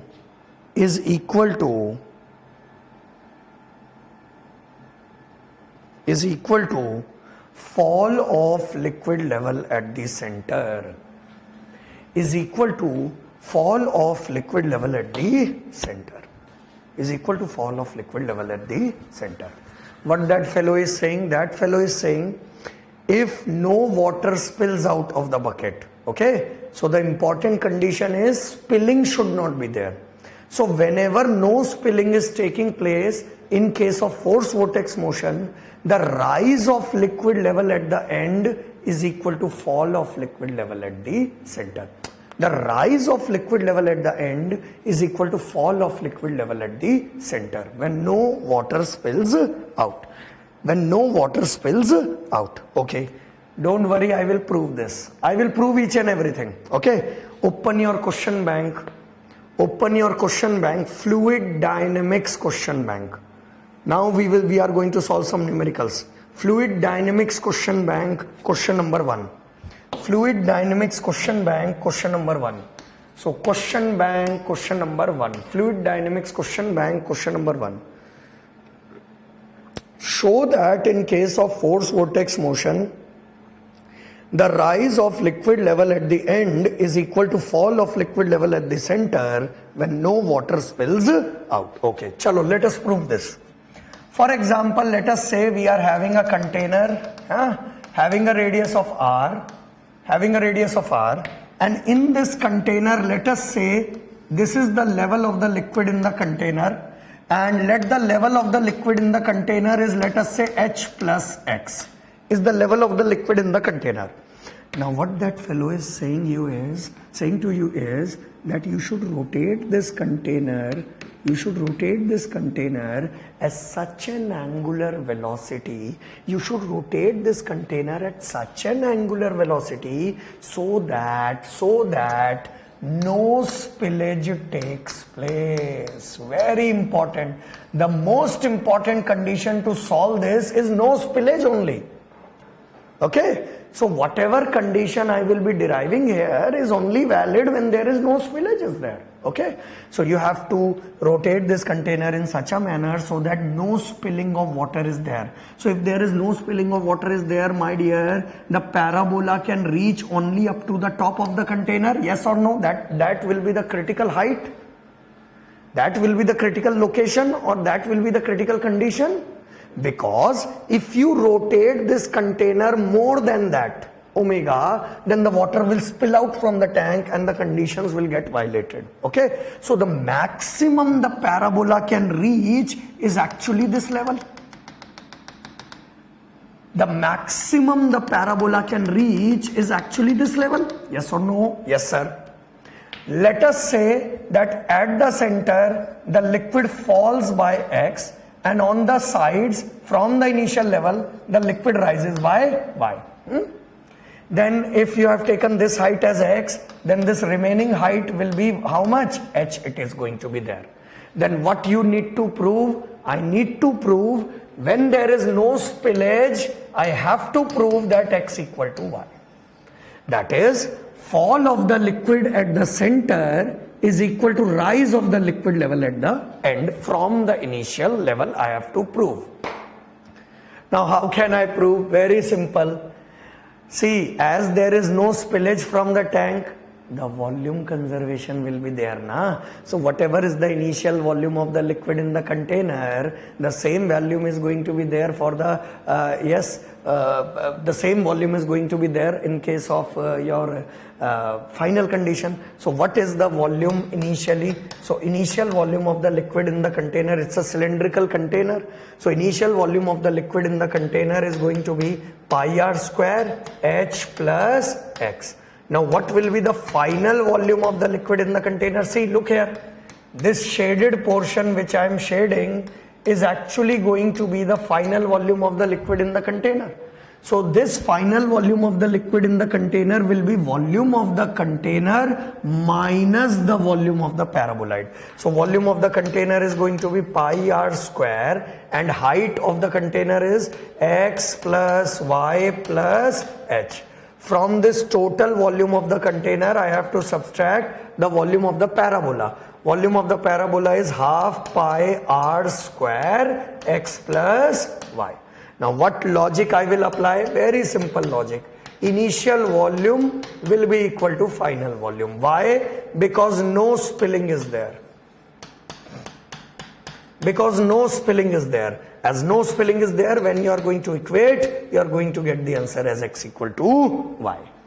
So I have proved this thing on the board. And once I have proved this thing on the board, my dear students, remember this as a statement.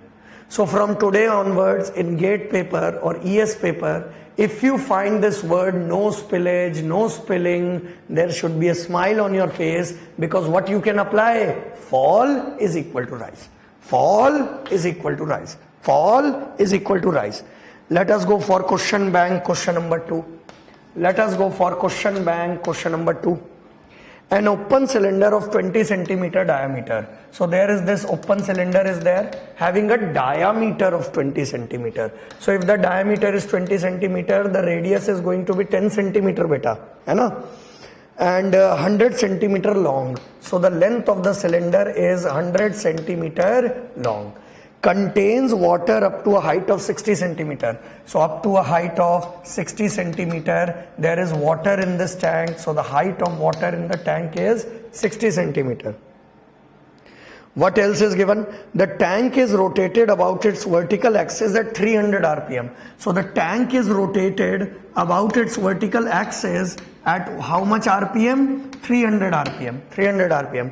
Then he is asking you to find the depth of the parabola. He is asking you to find the depth of the parabola. I think this is one of the most simple question, one marker question, but yes, these kind of questions are asked in the paper.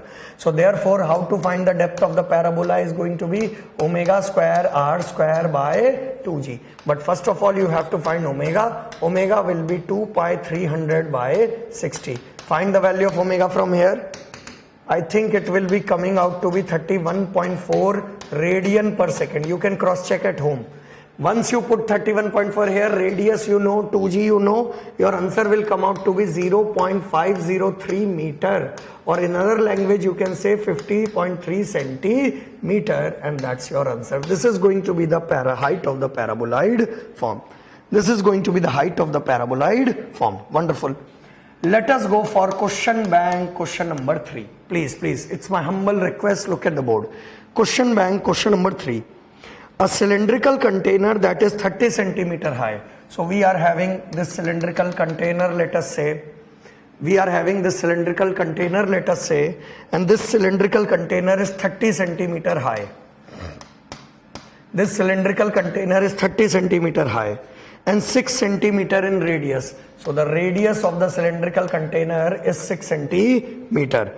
Next he says is filled with water at up to the top. Gajab. भैया filled with water at the top, up to the top का मतलब है लबालब. कैसे भरा हुआ है? लबालब. For my South Indian students who are joining this batch, the water is filled up to the top.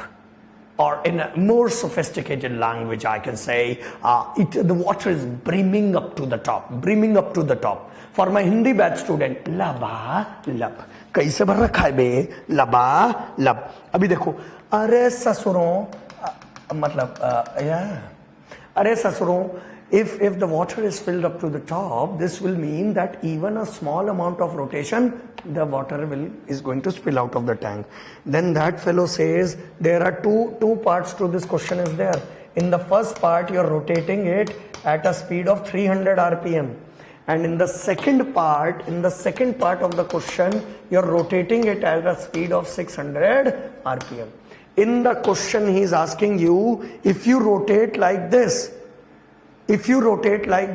how much water will be remaining in the container? How much water will be remaining in the container? Chalo, let us solve. To find out that how much water will be remaining in the container, the first thing is you should find the initial volume of the liquid in the container. I know. So what will be the initial volume of the liquid in the container? It is filled up to the top. So this is going to be pi into radius. Radius is 0.06 ka square multiplied by height is 30 centimeter, which is 0.3 pi r square h. So when I'm already having the answer, so let me tell you, this will come out to be 3.39 into 10 to the power minus 3 meter cube is the initial volume. Next, if you are going to rotate it at 300 rpm, so first of all you should find omega. Omega is 2 pi n by 60. Omega is 2 pi 300 by 60. 2 pi 300 by 60. So this 2 pi 300 by 60, 2 pi 300 by 60, this will come out to be 31.4 radian per second. Radian per second. Wonderful. If you have found it out omega, let us find the height of the paraboloid. Height of the paraboloid will be omega square, that is 31.4 ka square into r square, which is 0.06 ka square. Omega square, r square by 2 into 9.81. So when you are going to solve this, you will get the height of the paraboloid as 18.1 centimeter. Very good. What is the height of the container? 30 centimeter. What is the height of the paraboloid formed? 18.1 centimeter. Okay. Now, there is this parabola is going to be formed. There is this parabola is going to be formed. And you know, the liquid which is equal to the volume of the parabola will move out of the tank. Okay. So therefore, I will write volume of water spilled out. Volume spilled out. So volume of the water spilled out will be pi r square h. So pi into radius is going to be volume of the parabola, na? So volume of the parabola is half pi r square h. 0.06 ka square into h. H is kitna? 18.1, that is 0.181. So how when you are going to calculate this will come out to be 1.022 into 10 to the power minus 3 meter cube. But this is not your answer, because you need not find that how much water is coming out of the tank. You have to find out how much water is remaining in the tank. So when you are going to subtract this from the initial volume, when you are going to subtract this, you will get the volume left in the container. So volume left in the container will come out to be 2.36 into 10 to the power minus 3 meter cube, and that will be your answer. But wait, this is just the only first part is there. Let us solve the second part. So the radius of this container is 6 centimeter, height of the container is 30 centimeter, and water is filled up to the top. I already know that there will be problem in 600 rpm. What will be the problem? See, when you rotated at 300 rpm, the height of the parabola came out to be 18.1 centimeter. But now when you are going to rotate at 600 rpm, it will be huge. It will be more than the height of the container. Chalo nikalte hain. Let us find out. So when you rotate at 600 rpm, first thing you should find out is the omega. Omega will be 2 pi 600 divided by 60. So 2 pi 600 divided by 60, this is going to come out to be 62.8 radian per second. Next you need to find out height of the parabola. So height of the parabola, again omega square r square by 2g, you can find out.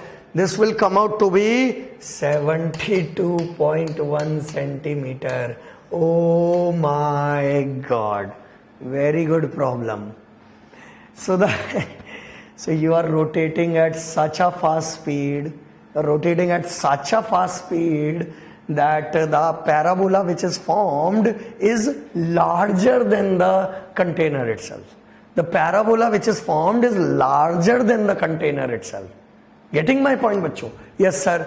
So if the parabola is larger than the container itself, then some students will say, Shar, धरती चीरता हुआ निकल जाएगा.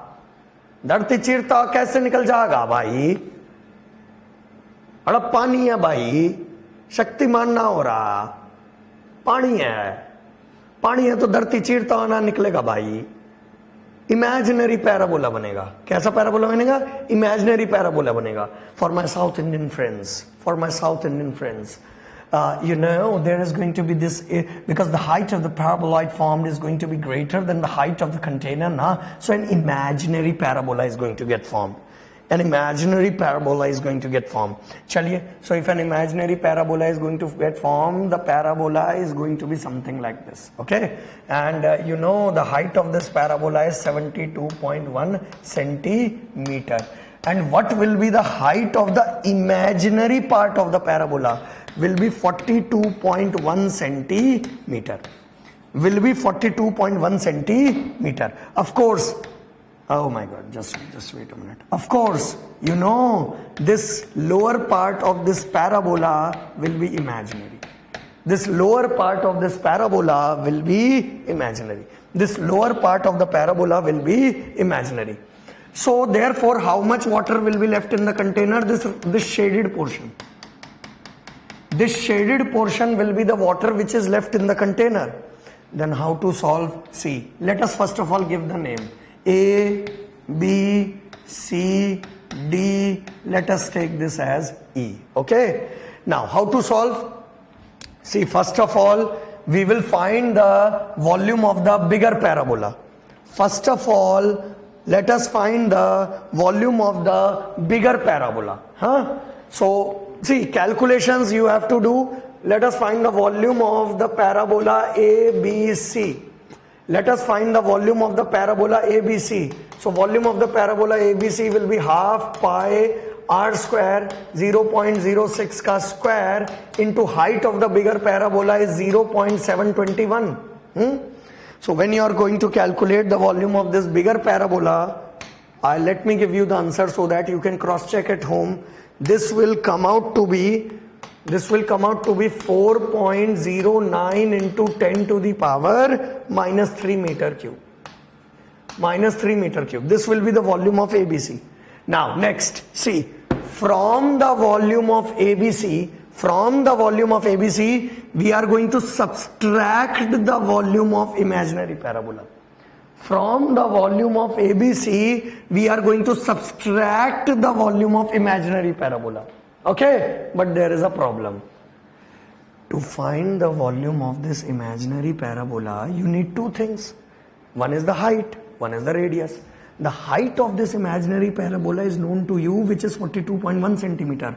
But unfortunately, my dear students, this radius of this imaginary parabola is not known to you. If the radius of this imaginary parabola is not known to you, then how to solve? See, you need to find this radius. Some of the idiotic students, what they are going to say, sir, similar triangle, just go and die somewhere. This thing I'm literally saying, just go and die somewhere. Sure, similar triangle. For the last 2 hours, your teacher has been struggling so hard to teach you parabola. And after 2 hours of teaching, if you are saying a similar triangle, then literally go and die somewhere. Sasura. Look here. So similar triangles can't be applied. Then what to do? See, Let us take this some point E on the surface of the parabola. Let us take this point C on the surface of the parabola. If you take 2 points on the surface of the parabola, few minutes back I have told you one formula, ZC minus ZE. ZC minus ZE. ZC minus ZE. ZC minus ZE is equal to omega square by 2G RC ka square minus RE ka square. Yes or no?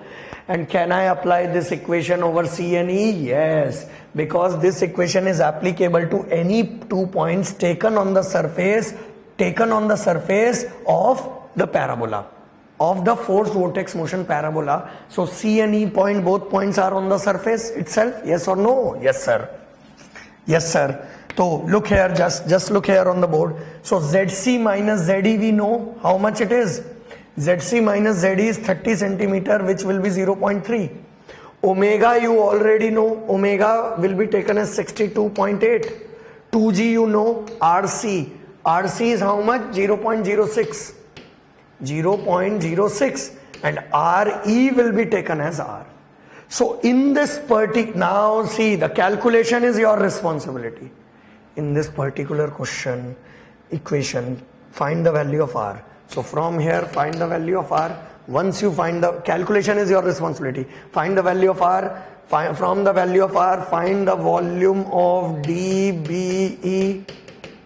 From the volume of dBE, subtract the volume of dBE from volume of ABC to get the volume of ADEC. But ADEC is also not your answer. Subtract this volume from the initial volume and find the volume left in the container. I will tell you the final answer. The final answer will approximately come out to be 0.69 into 10 to the power minus 3 meter cube. And that is going to be your answer.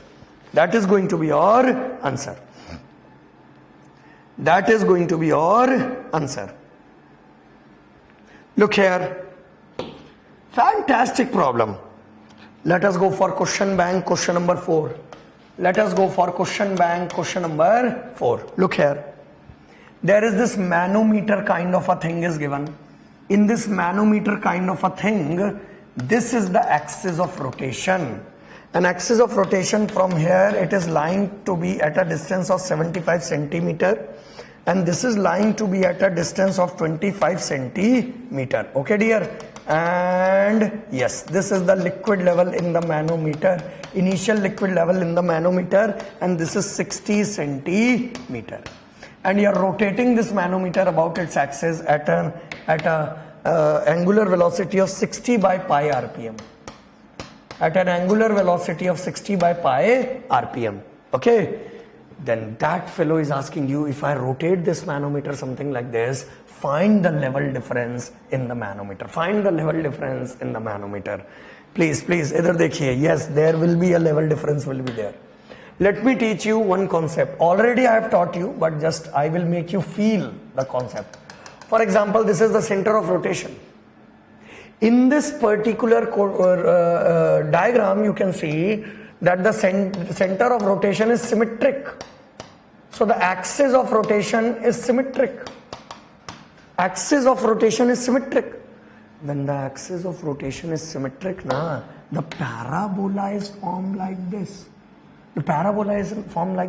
And on the axis of rotation, to the left hand side of axis of rotation and to the right hand side of the axis of rotation, you know both these are going to lie at the same level. There will be no level difference.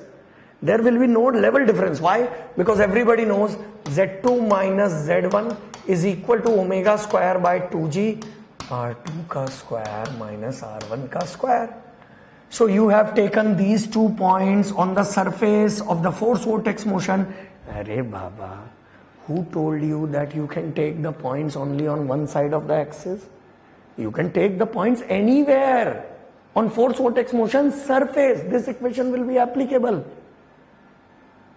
So therefore you have taken one point on the right of the axis, one point on the left of the axis, and you know this point, for example, let us say this point is some 1, this point is some 2, then this distance is r1 and this distance is r2, and r1 and r2 is the same, so this is 0, so z2 minus z1, there will be no height difference when the symmetric axis of rotation is there. When the symmetric axis of rotation is there, very good. But wait, for example, if this is your container is there, and if your axis of rotation is unsymmetric, then you know your parabola is going to form something like this. And there will be a level difference between the left and right hand of your parabola. There will be a level difference will be created. For example, let us say this is 1, this is 2. So this radius is r1 and this radius is r2, and you can clearly see that r2 and r1 are not same. When r2 or r1 are not same, there is going to be a height difference between the two, which is z2 minus z1. Yes or no? Yes, sir. Now in this particular case also, you can see this manometer, and you know the axis of rotation is unsymmetric. So if the axis of rotation is unsymmetric, you know there is going to be a height difference between the two will be created, and there will be an, I'm just making an, there will be an, you know, an imaginary parabola, something like this is going to get created, which will create a height difference between the two levels. Which will create a height difference between the two levels, something like this. Something like this. So how to find out the height difference between the two? Very simple. Take 1 point, 2 point here on the liquid level here, and take 1 point here on the liquid level here, and just apply Z2 minus Z1 after rotation. So Z2 minus Z1 after rotation is omega. How to find out omega, beta? 2 pi 60 by pi divided by 60. 60 is gone, pi is gone. This is 2 radian per second. This is 2 radian per second. So Z2 minus Z1. Z2 minus Z1. So Z2 minus Z1 will be equal to omega. Omega value is 2 ka square divided by 2 into 9.81. R2 ka square is 0.75 ka square minus 0.25 ka square. 0.25 ka square. And this will come out to be 10.1 centimeter. And that's your answer. That's your answer. That's your answer. Look here. For example, if there is a manometer, something like this, and this is the axis of rotation of the manometer. This is the axis of rotation of the manometer, and let this distance is some r. Then what will be the height difference formed? The height difference formed is going to be Z2 minus Z1 is equal to omega square by 2g R2 ka square minus R1 ka square. R1 will become equal to 0, R2 will be equal to R. So the height difference formed in this case will be omega square R square by 2g. Will be omega square R square by 2g. Will be omega square R square by 2g. Yes or no? Yes, sir. Very good, sir. Let me discuss few more things with you. Let me discuss few more things with you. I'm enjoying myself. I really don't know about you, but I'm literally enjoying myself. I'm literally enjoying myself, my dear students. I'm literally enjoying myself. I really don't know about you. Look here on the board. For example, if you take a container something like this, having a height of h, having a radius of r. If you take a container like this, having a height of h and radius of r, and if somebody says in the problem that this container was full, and you are rotating this container in such a manner so that the parabola just touches the bottom center of the container. So you are rotating this container in such a manner that your parabola just touches, kisses the center bottom of the container. Then in the question they are going to ask you how much water is left in the container. then in the question they are going to ask you how much water is left in the container. The answer is simply half. Half of the water will get spilled out and half of the water will be remaining in the container. Okay? How? Very simple. What is the initial volume of the liquid in the container is pi r square h. What is the final volume of the liquid in the container?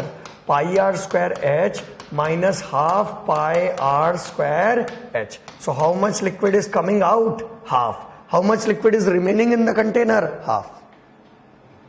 How much liquid is remaining in the container? Half. Very good. Look here, look here, look here, look here. Half. My dear students, this same question can be asked in one more method. Actually, this was asked in civil services examination, prelims of civil services examination. So therefore, one more type of questions will be asked. The question will be, if half of the water is remaining in the container, then what will be the pressure at the bottom of the container? The pressure at the bottom of the container will be equal to PATM, and PATM we take as 0 because we take in terms of gauge. So this particular question can be asked in two ways.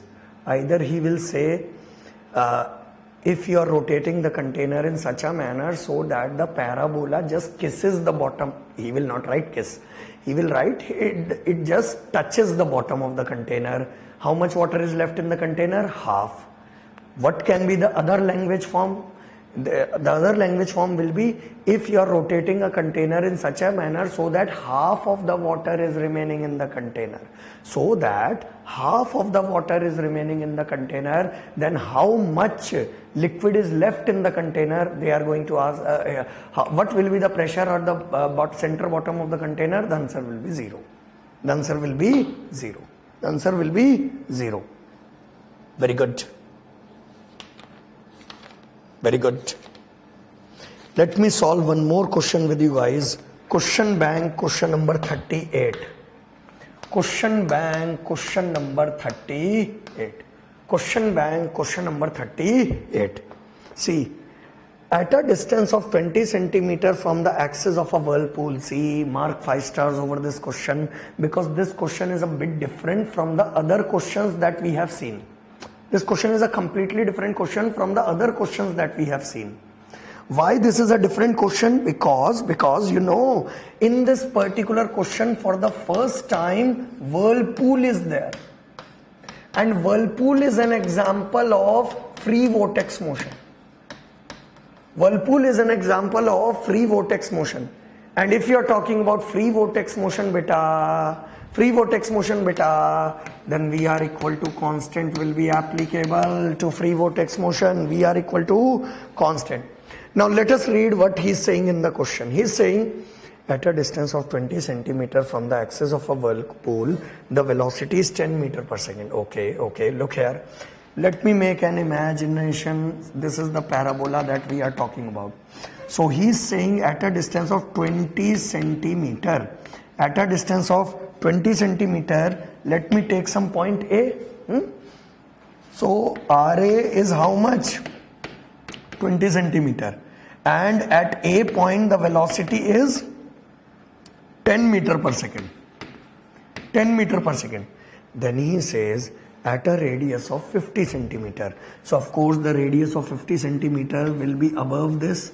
Let us take this some point B, and this distance is some 50 centimeter. So RB is basically 50 centimeter. Then he says, what will be the depression? Depression means height difference. What will be the depression? Depression means height difference of the free surface of the liquid below that a point which is lying at a very large distance. Below that a point which is lying at a very large distance. Below that a point which is at a very large distance. Which is at a very large distance. Which is at a very large distance. Look here on the board, my dear students. Look here on the board. Most of the students, they will not be able to understand the language of the question. So whenever you are not able to understand the language of the question, now my suggestion will be, always break down the total question into small parts and then try to read the small parts. You will get to know what the question is saying. So basically this point B, you have to find its depression in comparison to a point which is lying on the surface but at a very large distance. Now very large distance will means large only, infinite only. So let us say that this point is infinity, and you need to find out the vertical height difference between these 2 points. So basically what you need to find out, you need to find out Z infinity minus ZB. You need to find out Z infinity minus ZB. See, this is a very nice problem. First of all, see, this is a free vortex motion. If it is a free vortex motion, can you apply the Bernoulli's equation? Yes. That is your homework. Apply Bernoulli's equation between infinity and B point. Then P at infinity, P and B will get cancelled out because both of them are at surface. Come on guys. And from there itself, from there also you can find. From there also you can find your answer. From there also you can find your answer. But let me use another strategy. I will use the general equation. So you can also solve this question by using the Bernoulli's equation, but that is your homework. I am doing by another method so that you learn. So let me use the general method. dP is equal to rho v square by r into dr minus rho g into dz. See, this particular equation can be used anywhere because this equation is applicable to free as well as force vortex. There is no foundation on it. Now, if you are trying to find out the depression between infinity and B, then the LHS of this equation will become 0 because the pressure at B and infinity point is same.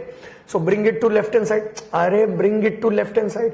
So when you bring it to left hand side, rho g dz is equal to rho v square by r into dr. Rho and rho is cancelled out. G you bring down here. So dz will come out to be, dz will come out to be, G you bring down. So therefore, yes, see, v square, see, v you have to integrate.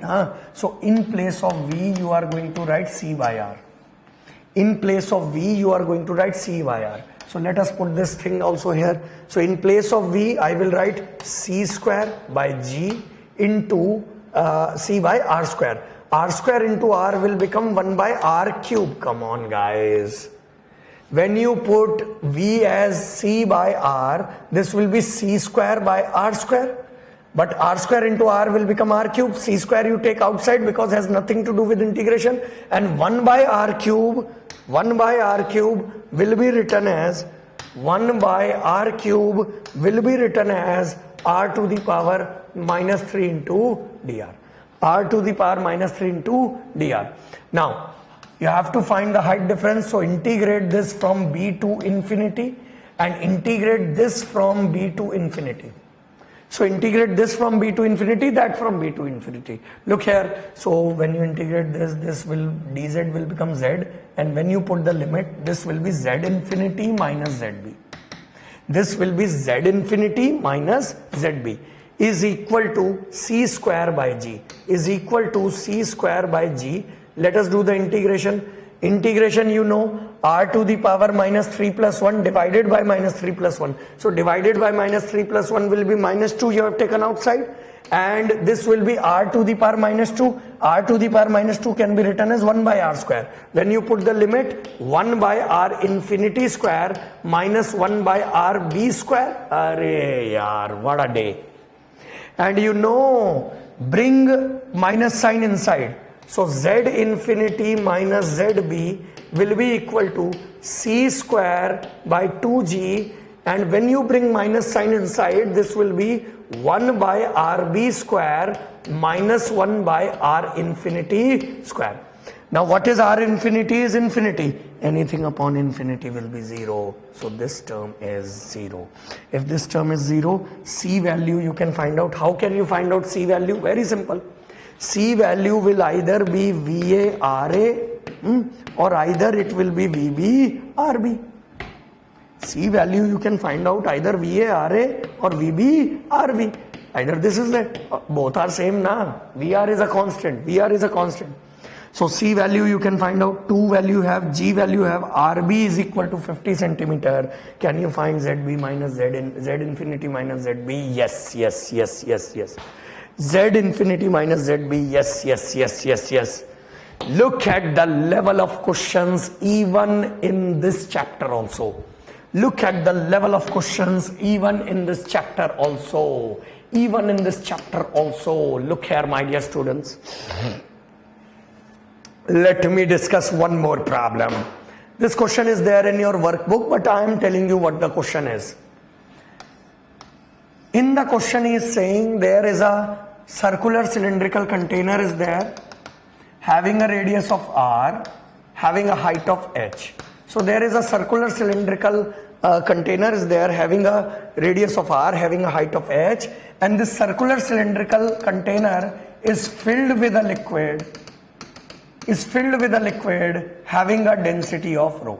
Is filled with a liquid having a density of rho, and it rotates about its axis. It rotates about its axis at a speed of omega. Hey, this is again a different question. Till now in all the problems, you know, there was a open cylinder was there. But in this particular problem, yes, Ankur, correct answer. Ankur, correct answer. In this particular question, the container is closed and completely filled.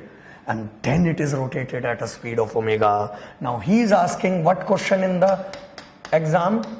Find the thrust at bottom of the container.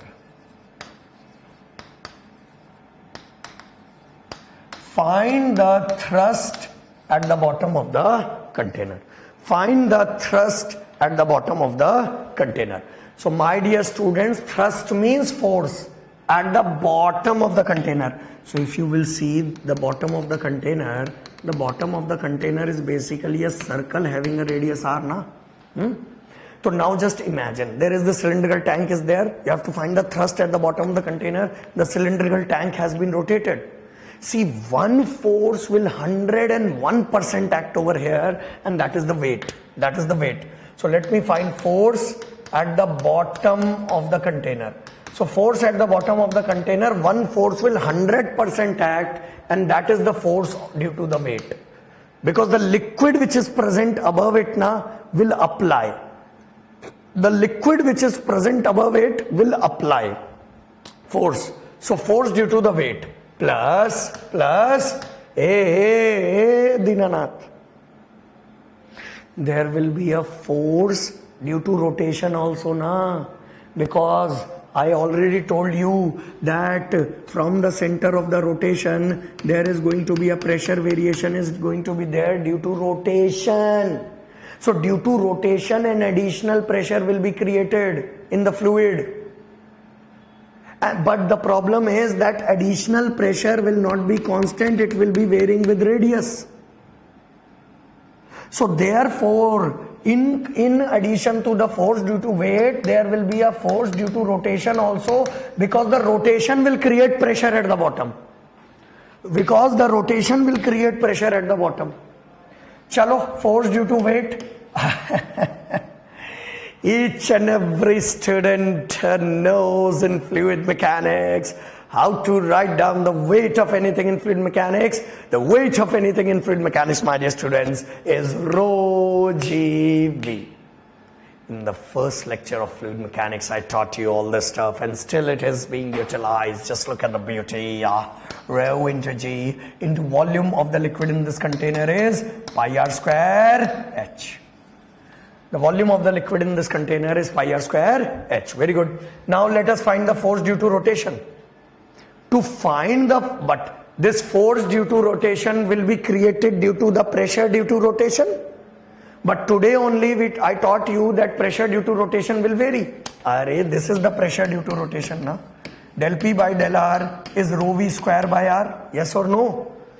So therefore, this is force vortex motion. So V is equal to R omega you can put. So del P by del R is equal to rho. In place of V square, I will put R square omega square by R. This and this is gone. So from here, del P by del R will be written as rho omega square R. If you want to find out pressure at a particular radius for integration, look here na. So you have to integrate because the pressure is varying. So what I will do is I will take a small circular ring. I will take a small circular ring at a radius of R. For this particular small circular ring, I will integrate from 0 to small r to find the exact pressure at a distance of r. So when you integrate this with respect to r, this will come out to be rho omega square r square by 2. This is the pressure at particular radius. This is the pressure at particular radius. This is the pressure at particular radius. This is the pressure at particular radius. This is the pressure at particular radius. Excellent, excellent, excellent. This is the pressure at particular radius. Now you need to find force due to rotation. So force due to rotation, if you want to find out at this certain ring, first find the small force over the ring. First find the small force over the ring. So therefore, first of all, let us find the small force over the ring will be pressure over the ring multiplied by the small area of the ring. Multiplied by the small area of the ring. Just look at the quality of the numericals. Your teacher haven't stopped for last 2.5 hours. I haven't even stopped for a second for the last 2.5 hours. And for the last 1 hour, we have been solving numericals, numericals and numericals. Who would have thought that in such a small topic like vortex motion, sir will be solving so many numericals? But look, even in a small topic, I have been solving so many numericals with you people. So therefore, small force will be pressure. What is the pressure at location? Rho omega square r square by 2 into dA is 2 pi r into dr. So my dear 2 is gone. R square into r will be r cube. So it is rho omega square pi r cube into dr, integration from 0 say r. This will be total force due to rotation. This will be total force due to rotation. So my dear students, what will be our answer? Force due to rotation will be rho omega square pi r to the power 4 by 4. This is force due to rotation. But this is not your answer. Your answer will be this plus this will be the total force due to rotation. Will be the total force due to rotation. Will be the total force due to rotation. Wonderful. Wonderful. Excellent students of India.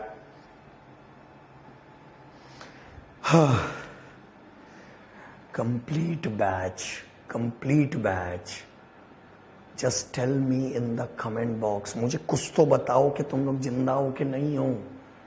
Complete batch, because I've been solving continuously for the last 1.5 hours, something like that. I haven't stopped. Just look at my speed. Just look at the everything. Just look at the efficiency of teaching. I promised at the start of your subject that I will be solving maximum number of numericals with you guys. If you support me, you people have supported me, so I am solving so many number of. You will see now your complete numerical register. It will be very huge because so many numericals sir has done in classroom. Tell me in the comment box whether you have understood everything or not.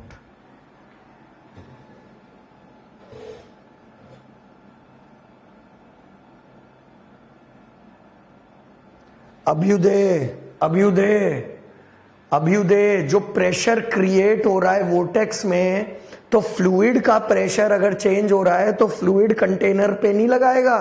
Fluid जो है वो container के contact में है ना, तो fluid का pressure बढ़ रहा है तो कंटेनर का भी तो प्रेशर लगाएगा ना. कैसी बातें कर रहे हो Abhyuday?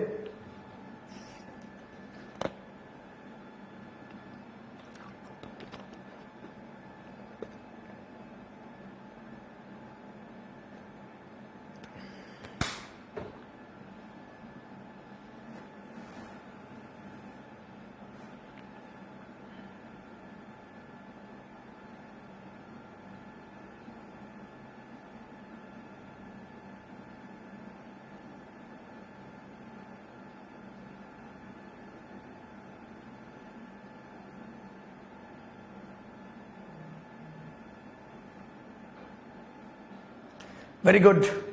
See, one more objective question. One more objective question, let me tell you guys. There forced vortex motion,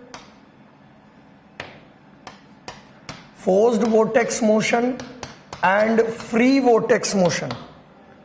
Forced vortex motion and free vortex motion. There is a case, there is a vortex in which there is combination.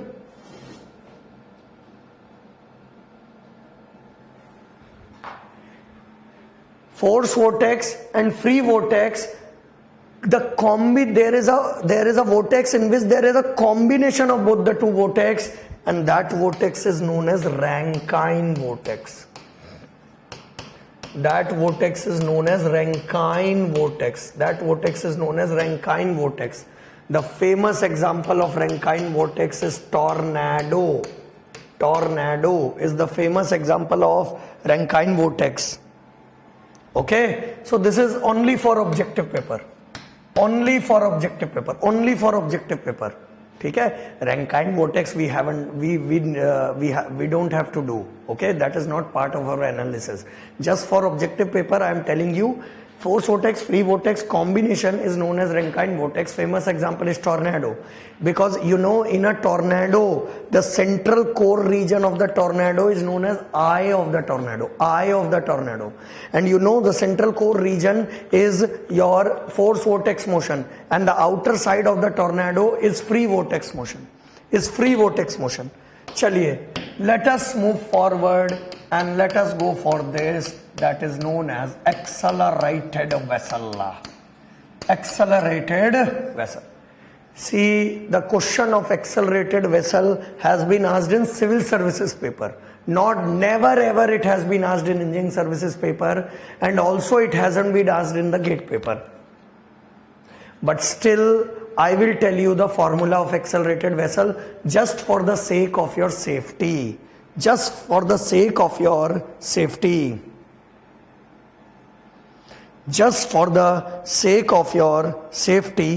will tell you accelerated vessel. Look here. For example, if there is a, now just concentrate here on the board. Concentrate here on this bottle. I will come closer to the camera. Concentrate on this bottle. See, there is this container is there. In this container there is water is there. And you can see that the level of the water in this container is horizontal at the moment. The level of the water in this container is horizontal at the moment. Okay. Now, in the first case, which is vortex motion, you rotated this container like this, so the shape of the free surface become like a paraboloid.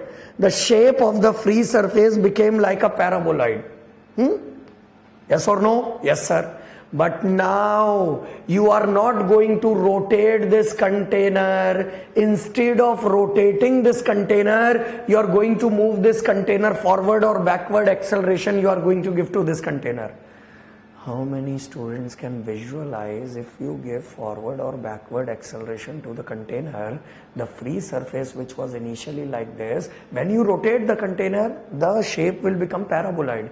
But when you move forward or backward, the free surface will remain a straight line only, but it will be inclined at an angle of theta. So hence there is a slope is created. Can you imagine this? Yes. And one more thing you imagine, in the direction of the motion of the container, the liquid level always falls. In the direction of the motion of the container, the liquid level always falls, and it rises on the rear side, Very good. Look here. Let me make you feel and visualize. This is a bottle you are saying, there is water in this bottle. Beta, please concentrate. It will be there for milliseconds, microseconds it will be there, but you have to concentrate. I will move this bottle on this side. On this side I will move. Few things you should realize is, initially the level is horizontal, but when the bottle moves like this, the free surface becomes like this. Kindly observe. look here, for microseconds. Arey yaar, it was there. It was there. It was there. It was there, my dear students. Look here. Now I will move the bottle continuously. Look here. So what I will do is, I will move the bottle continuously. You observe, when I am moving the bottle like this, the liquid level will become like this. When I move the bottle on this side, the liquid level will become like this. Okay? Now just observe. Yes. Now can you see the liquid level? I hope the camera is able to gauge. One more thing you should notice is, as I am increasing the speed of my motion, the slope of inclination is increasing. The slope of inclination is increasing. Yes. The slope of inclination is increasing. So the main aim to study this topic is, what is the slope of the line, that is the free surface. Look here on the board. So I will just tell you the formula, because only the formula is required, no analysis is required. My dear students, for example, if this is your container is there, and this is the liquid level in your container, let us say that this direction you are taking as x and this direction you are taking as y. This direction you are taking as x and this direction you are taking as y. Let us say acceleration in x is ax, acceleration in y is ay. Then you know, if this is your direction of motion of the container, then you know the free surface which is initially horizontal is going to become something like this. The free surface which is horizontal is going to become something like this. So in the direction of the motion of the container, the liquid level is going to fall. And on the rear side of the container, the liquid level is going to rise. And hence this free surface, there is going to be angle which is the slope of this line, and the world famous formula for the slope of this line, the world famous formula for the slope of the free surface in an accelerated vessel is given by ax divided by g plus ay.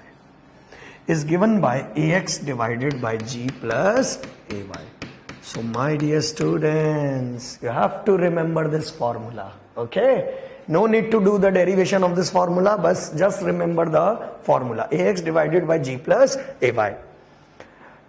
Acha, for example, if what are the practical examples of this?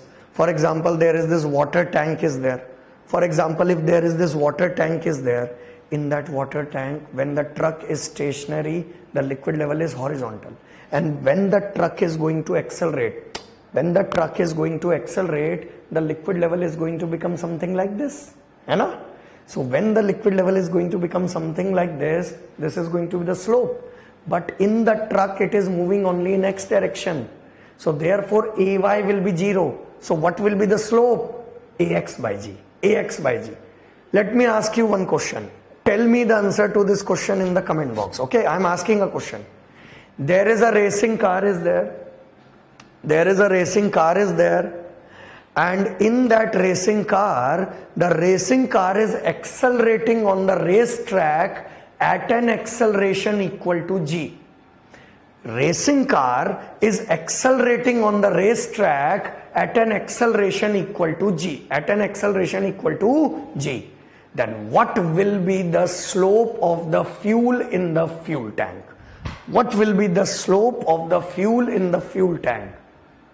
Tell me what is the answer to this question. Come on. I am waiting for your replies. I am waiting for your replies. Come on. I want the answer. Yes, very good. It will be 45 degree. Yes, correct.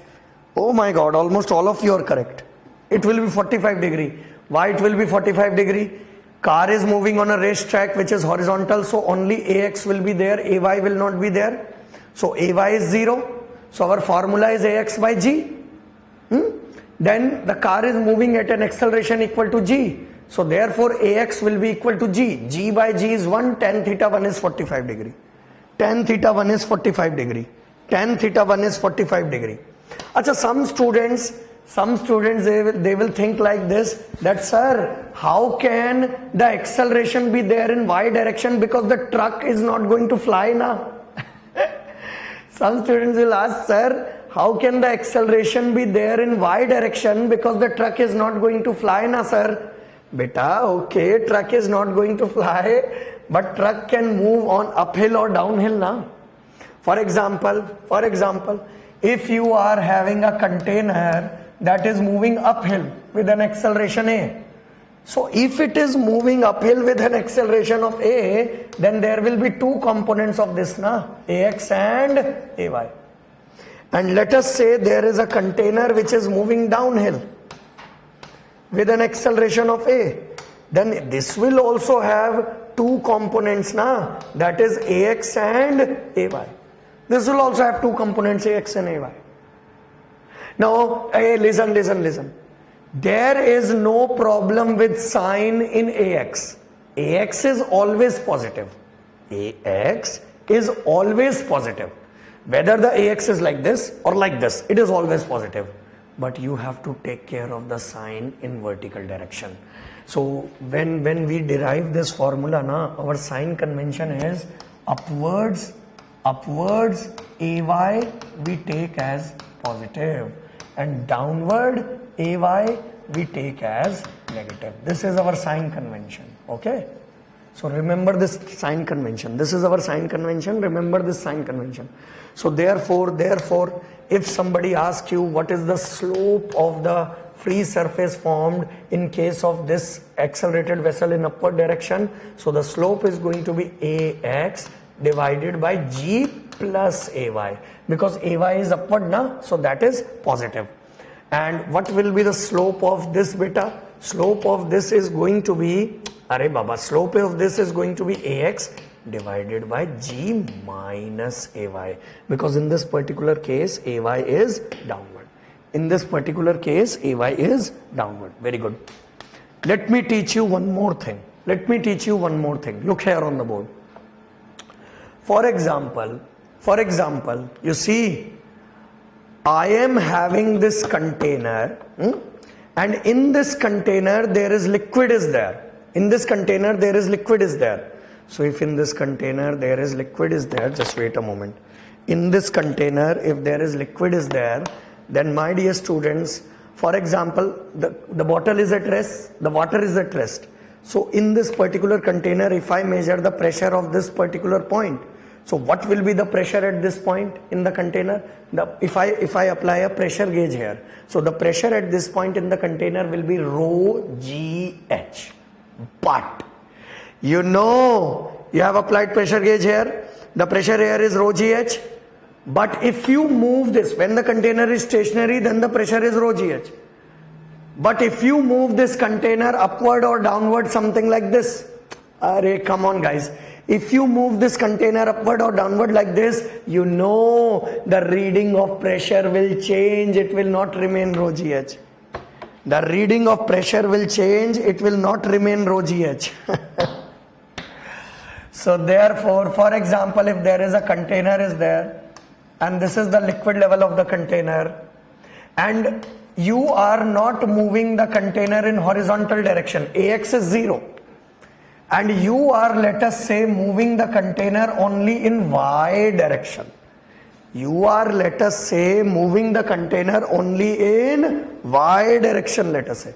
So if you are moving the container only in Y direction, my dear students, then first of all, the liquid level in the container will remain horizontal. It is not going to change. You can see in the bottle itself. Horizontal level, if you move the bottle vertically, there will be no slope. Zero slope. Mathematically also you can prove na. Tan theta is ax divided by g plus ay. But in this particular case, ax is 0. Tan theta 0 is 0, means the level will remain horizontal. Then what your teacher is trying to say, for example, if in this container, if there is some point A is there, and if you measure the pressure of this point A, if the container is at rest, means AY is 0. If AY is also 0, then the pressure at this point is rho GH. But if the container is moving in vertical direction, your pressure will not be rho GH, it will be something else. What it will be? The pressure at any point in an accelerating container in vertical direction, the gauge pressure is not rho GH, it is rho G effective into H. It is rho G effective into H. Now what will be G effective? If your container is moving upwards, then your G effective, if your container is moving upwards, then your G effective will be G plus AY, because upward will be taken as positive. Second case, if your container is accelerating downwards, then your G effective will be G minus AY. G minus AY. If your container is at rest. If your container is at rest, then your G effective will be equal to G. That's it. So therefore, the same point pressure, if you are going to move the container upwards, the same point pressure, if you move the container upwards, the pressure will be rho G minus G plus AY into H. If you move the container downwards, it will be rho G minus AY into H. Pressure of the same point. Let me give you one practical example so that you guys can enjoy. Let me give you a practical example, my dear students, so that you people can enjoy. Look here. This is the bottle in my hand. There is water in this bottle. If I make a hole at the bottom of this bottle,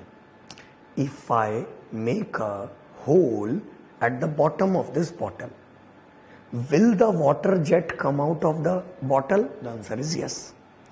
Why the water jet will start to come out of the bottle? Because the pressure of the water at the bottom of this container is more than atmospheric. Why it is more than atmospheric? The pressure at this level is PATM plus rho GH. So the pressure at the bottom of this container is rho GH times more than PATM. That's why the water jet is coming out. Now just imagine and visualize what sir is trying to say. See, just concentrate. So water jet is constantly coming out, the bottle is at rest. Now water jet is coming out, bottle is at rest. What you do is, you leave the bottle. कैसा student था जी रे लोग, कैसा student था जी, इनको नहीं समझ में आता जी, इधर देखने का. Look here. So water jet is constantly coming out from here, and if water jet is constantly coming out from here, what you do is, you just drop the bottle. When you drop the bottle is freely falling under gravity. You know the liquid jet which was coming out of the tank will stop. The liquid jet which is coming out of the tank will stop. The liquid jet which is coming out of the tank will stop. Why?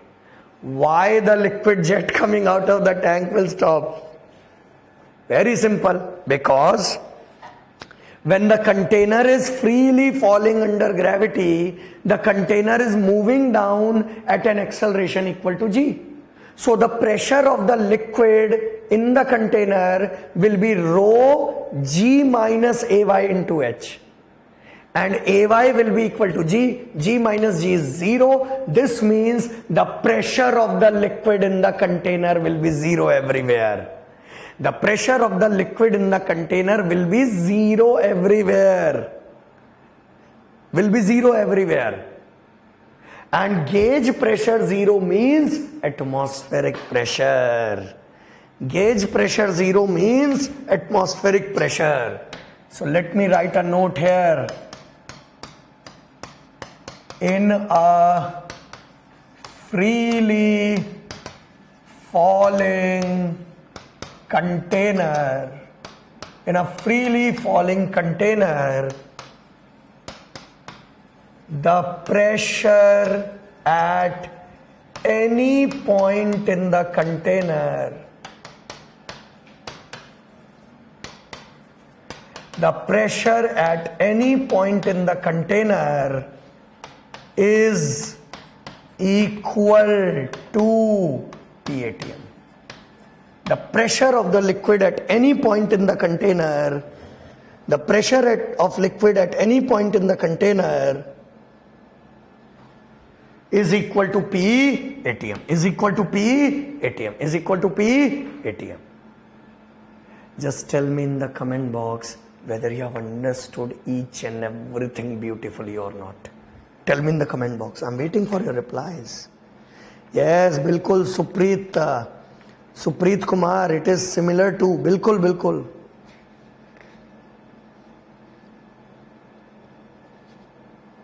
Yes, Supreet Kumar, you are very correct. You are very correct, dear. Complete batch. Tell me in the comment box whether you are enjoying fluid mechanics or not, yaar.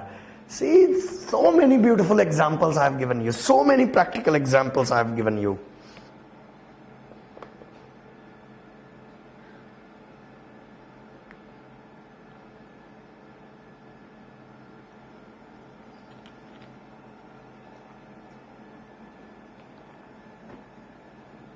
Very good. Very good. Today's class has been spectacular class. Today's class has been a spectacular class. Yes.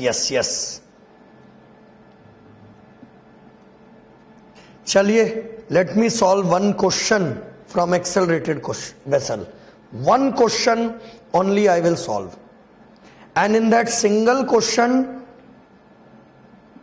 I will tell you the concept that how to solve the question. I will tell you the concept. Rajput Aman Singh, correct beta, correct, it is same as that. It is same as that. Wonderful. आओ एक question solve कर लेते हैं. तो बेटा, today your homework is going to be on the higher side because lot of things you have to note down in your numerical register.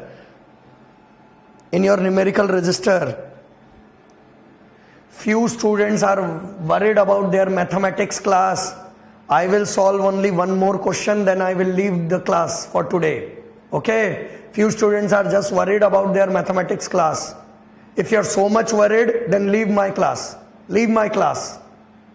If you're so much worried, then just leave my class. There is no point in studying with worry. Can't you support me for just 2 days? And in 2 days, this is the second last day only. Sir, from 2, our mathematics. I know, yaar, that your mathematics class is there. Look here, question bank, question number 5. Fluid dynamics question bank, question number 5. I will solve one question.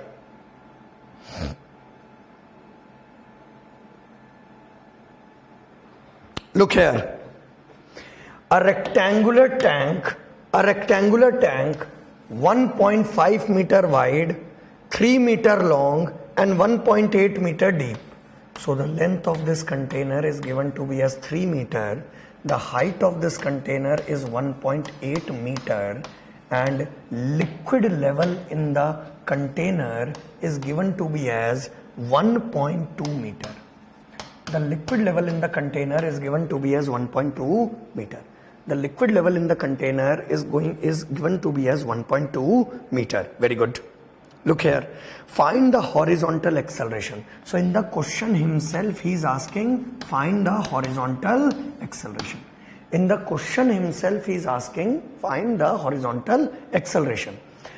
So therefore AY will be 0 because nothing is mentioned for AY. So various cases are there. Beta, please remember there is a depth of this container is also there. Depth of this container is also there. Now, chalo, let us start. So you have to find the acceleration in horizontal direction such that no water spills out. No water spills out. See, this is the initial level of the liquid in the container, and when no water spills out, the maximum level, for example, if this is the direction of the motion of the container, then in the front side the liquid level will fall, on the rear side the liquid level will rise. Everybody knows that, huh? Then your slope should be formed in such a manner so that it should not be more than this, because if your acceleration is more than this, then the water will spill out. Here also, in the case of accelerated vessel, if no water spills out, this particular point will be exactly at the center. And you know, when no water spills out, here in this case also, the rise will be equal to fall. Here in this case also, the rise will be equal to fall. Here in this case also, the rise will be equal to fall. Very good. So I have to find out the acceleration. Let me tell you the Guru Mantra of solving these questions of accelerated vessel. Very simple Guru Mantra. See, this yellow color line is the free surface on acceleration. Theta is the slope of that, and this angle will also be theta. Can you see this small triangle? Can you see this small triangle which I have highlighted? Yes. So the Guru Mantra of solving these questions is one slope you find from our formula. So what is our formula? AX divided by G plus AY. But here in this problem AY is 0. So the formula will be AX by G only. So therefore one slope you find by formula and one slope you find from diagram. That's it. One slope you find from formula, one slope you find from diagram, equate both of them, you will get your answer. You will get your answer. So what will be the slope? See, this distance will be half of it, so this will be 1.5 meter. And this distance will be 0.6 meter. This distance will be 0.6 meter. Okay, dear? Yes. So therefore AX by G is equal to slope of this tan theta of this triangle which is there, and that is 0.6 divided by 1.5. Equate both of them, find the value of AX. Equate both of them, find the value of AX. So this is how you solve these questions.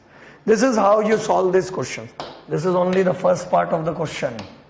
In the second part, he is saying that the container is accelerated in such a manner so that the slope becomes something like this, so that the front bottom corner of the container is exposed to the atmosphere. So front bottom corner is exposed to the atmosphere, so therefore liquid is something like this. The front bottom corner is exposed to the atmosphere, so the liquid is going to be something like this. The liquid level is going to be something like this. Yes or no? Yes, sir. And here it is PATM, exposed to the atmosphere. So my dear students, this distance is 3 meter and this distance is 1.8 meter. This distance is 1.8 meter. So what I told you, how to solve these questions, very simple. One slope you find from formula, which is AX by G, and one slope you find from diagram. So from the diagram, what is going to be tan theta? 1.8 by 3. So when you do this, find the value of AX. Find the value of AX. In this particular problem, in this case, will any water will spill out from the tank? Yes, it will spill out from the tank.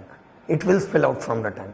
So when it is going to spill out from the tank, you have to find the volume which is remaining in the container, or the volume which is spilling out of the tank. It's very simple. Initial volume, what will be initial volume of the liquid in the container? Initial volume of the liquid in the container will be 1.2 into 3 into depth of the container is 1.5, Depth of the container is 1.5. This is the initial volume. What will be the final volume? Triangular volume. So triangular final volume of the liquid in the container is half into base is 3 into height is 1.8 into depth into the board is 1.5. Subtract both of them, you will get the liquid spilling out of the tank. You will get the liquid spilling out of the tank. The last part of the question, the third part of the question.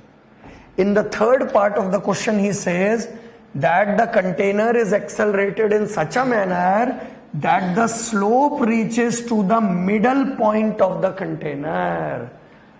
That the slope reaches to the middle point of the container. So this distance will be 1.5 meter and this distance, my dear students, is going to be 1.8 meter such that the slope reaches to the middle point of the container.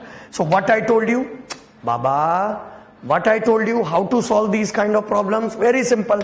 Find the slope from the formula, which is ax by g, must be equated to slope from the diagram, which is 1.8 by 1.5. Equate it, find the value of ax. Find the value of ax.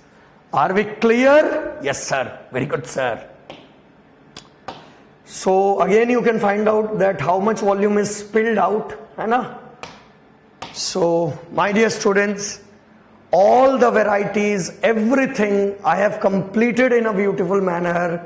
So, with this I announce vortex motion and accelerated vessels is over. Vortex motion and accelerated vessels is over. Vortex motion and accelerated vessels is over. Please concentrate on board. So, I am moving the slider. So that you people are able to write from the recorded lecture. So this was the first problem that we solved. Beta,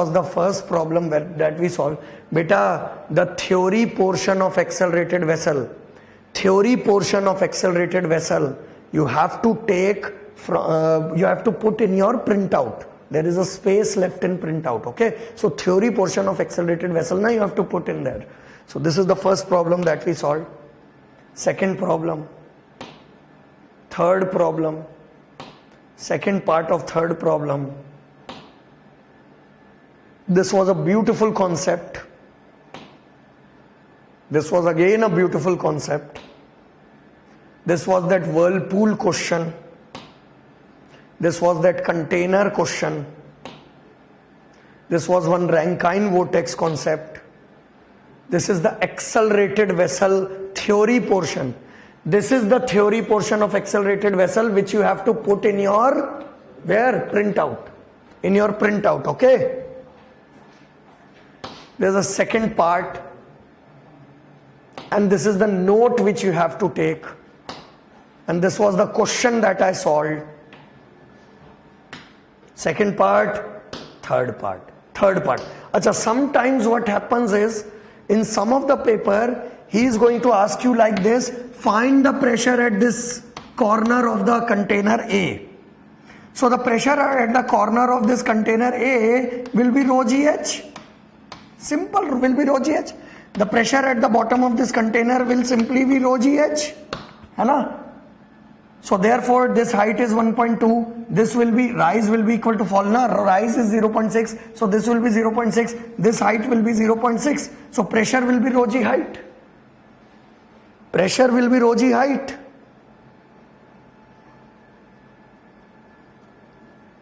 Very good. So my dear students, with this I announce vortex motion and accelerated vessel is over. All the varieties, everything I have beautifully taught you people. And let us end today's class here itself, because few students are having their mathematics class from 2 p.m. onwards. Yes, today was one of the days, and tomorrow's day you have to support me. I have already told you last 2 classes of fluid mechanics. So my dear students, I will be signing off for today, but tomorrow, hey, listen, tomorrow again, for the last lecture of fluid mechanics, again we are meeting at 7 a.m. Again we are meeting at 7 a.m. sharp, and sharp means sharp. So remaining topics, all the small things, whatever are remaining in fluid mechanics, I will cover in tomorrow's lecture. So don't worry, so that we are able to complete the subject in a wonderful manner. Excellent. So chalo, I will be leaving today's class here itself. Tomorrow we are meeting at 7 a.m. sharp for our last and final class of fluid mechanics, my dear. Hope you enjoyed today's lecture. This is Varun Pathak sir signing off for today. Jai Hind. Namaskar everyone.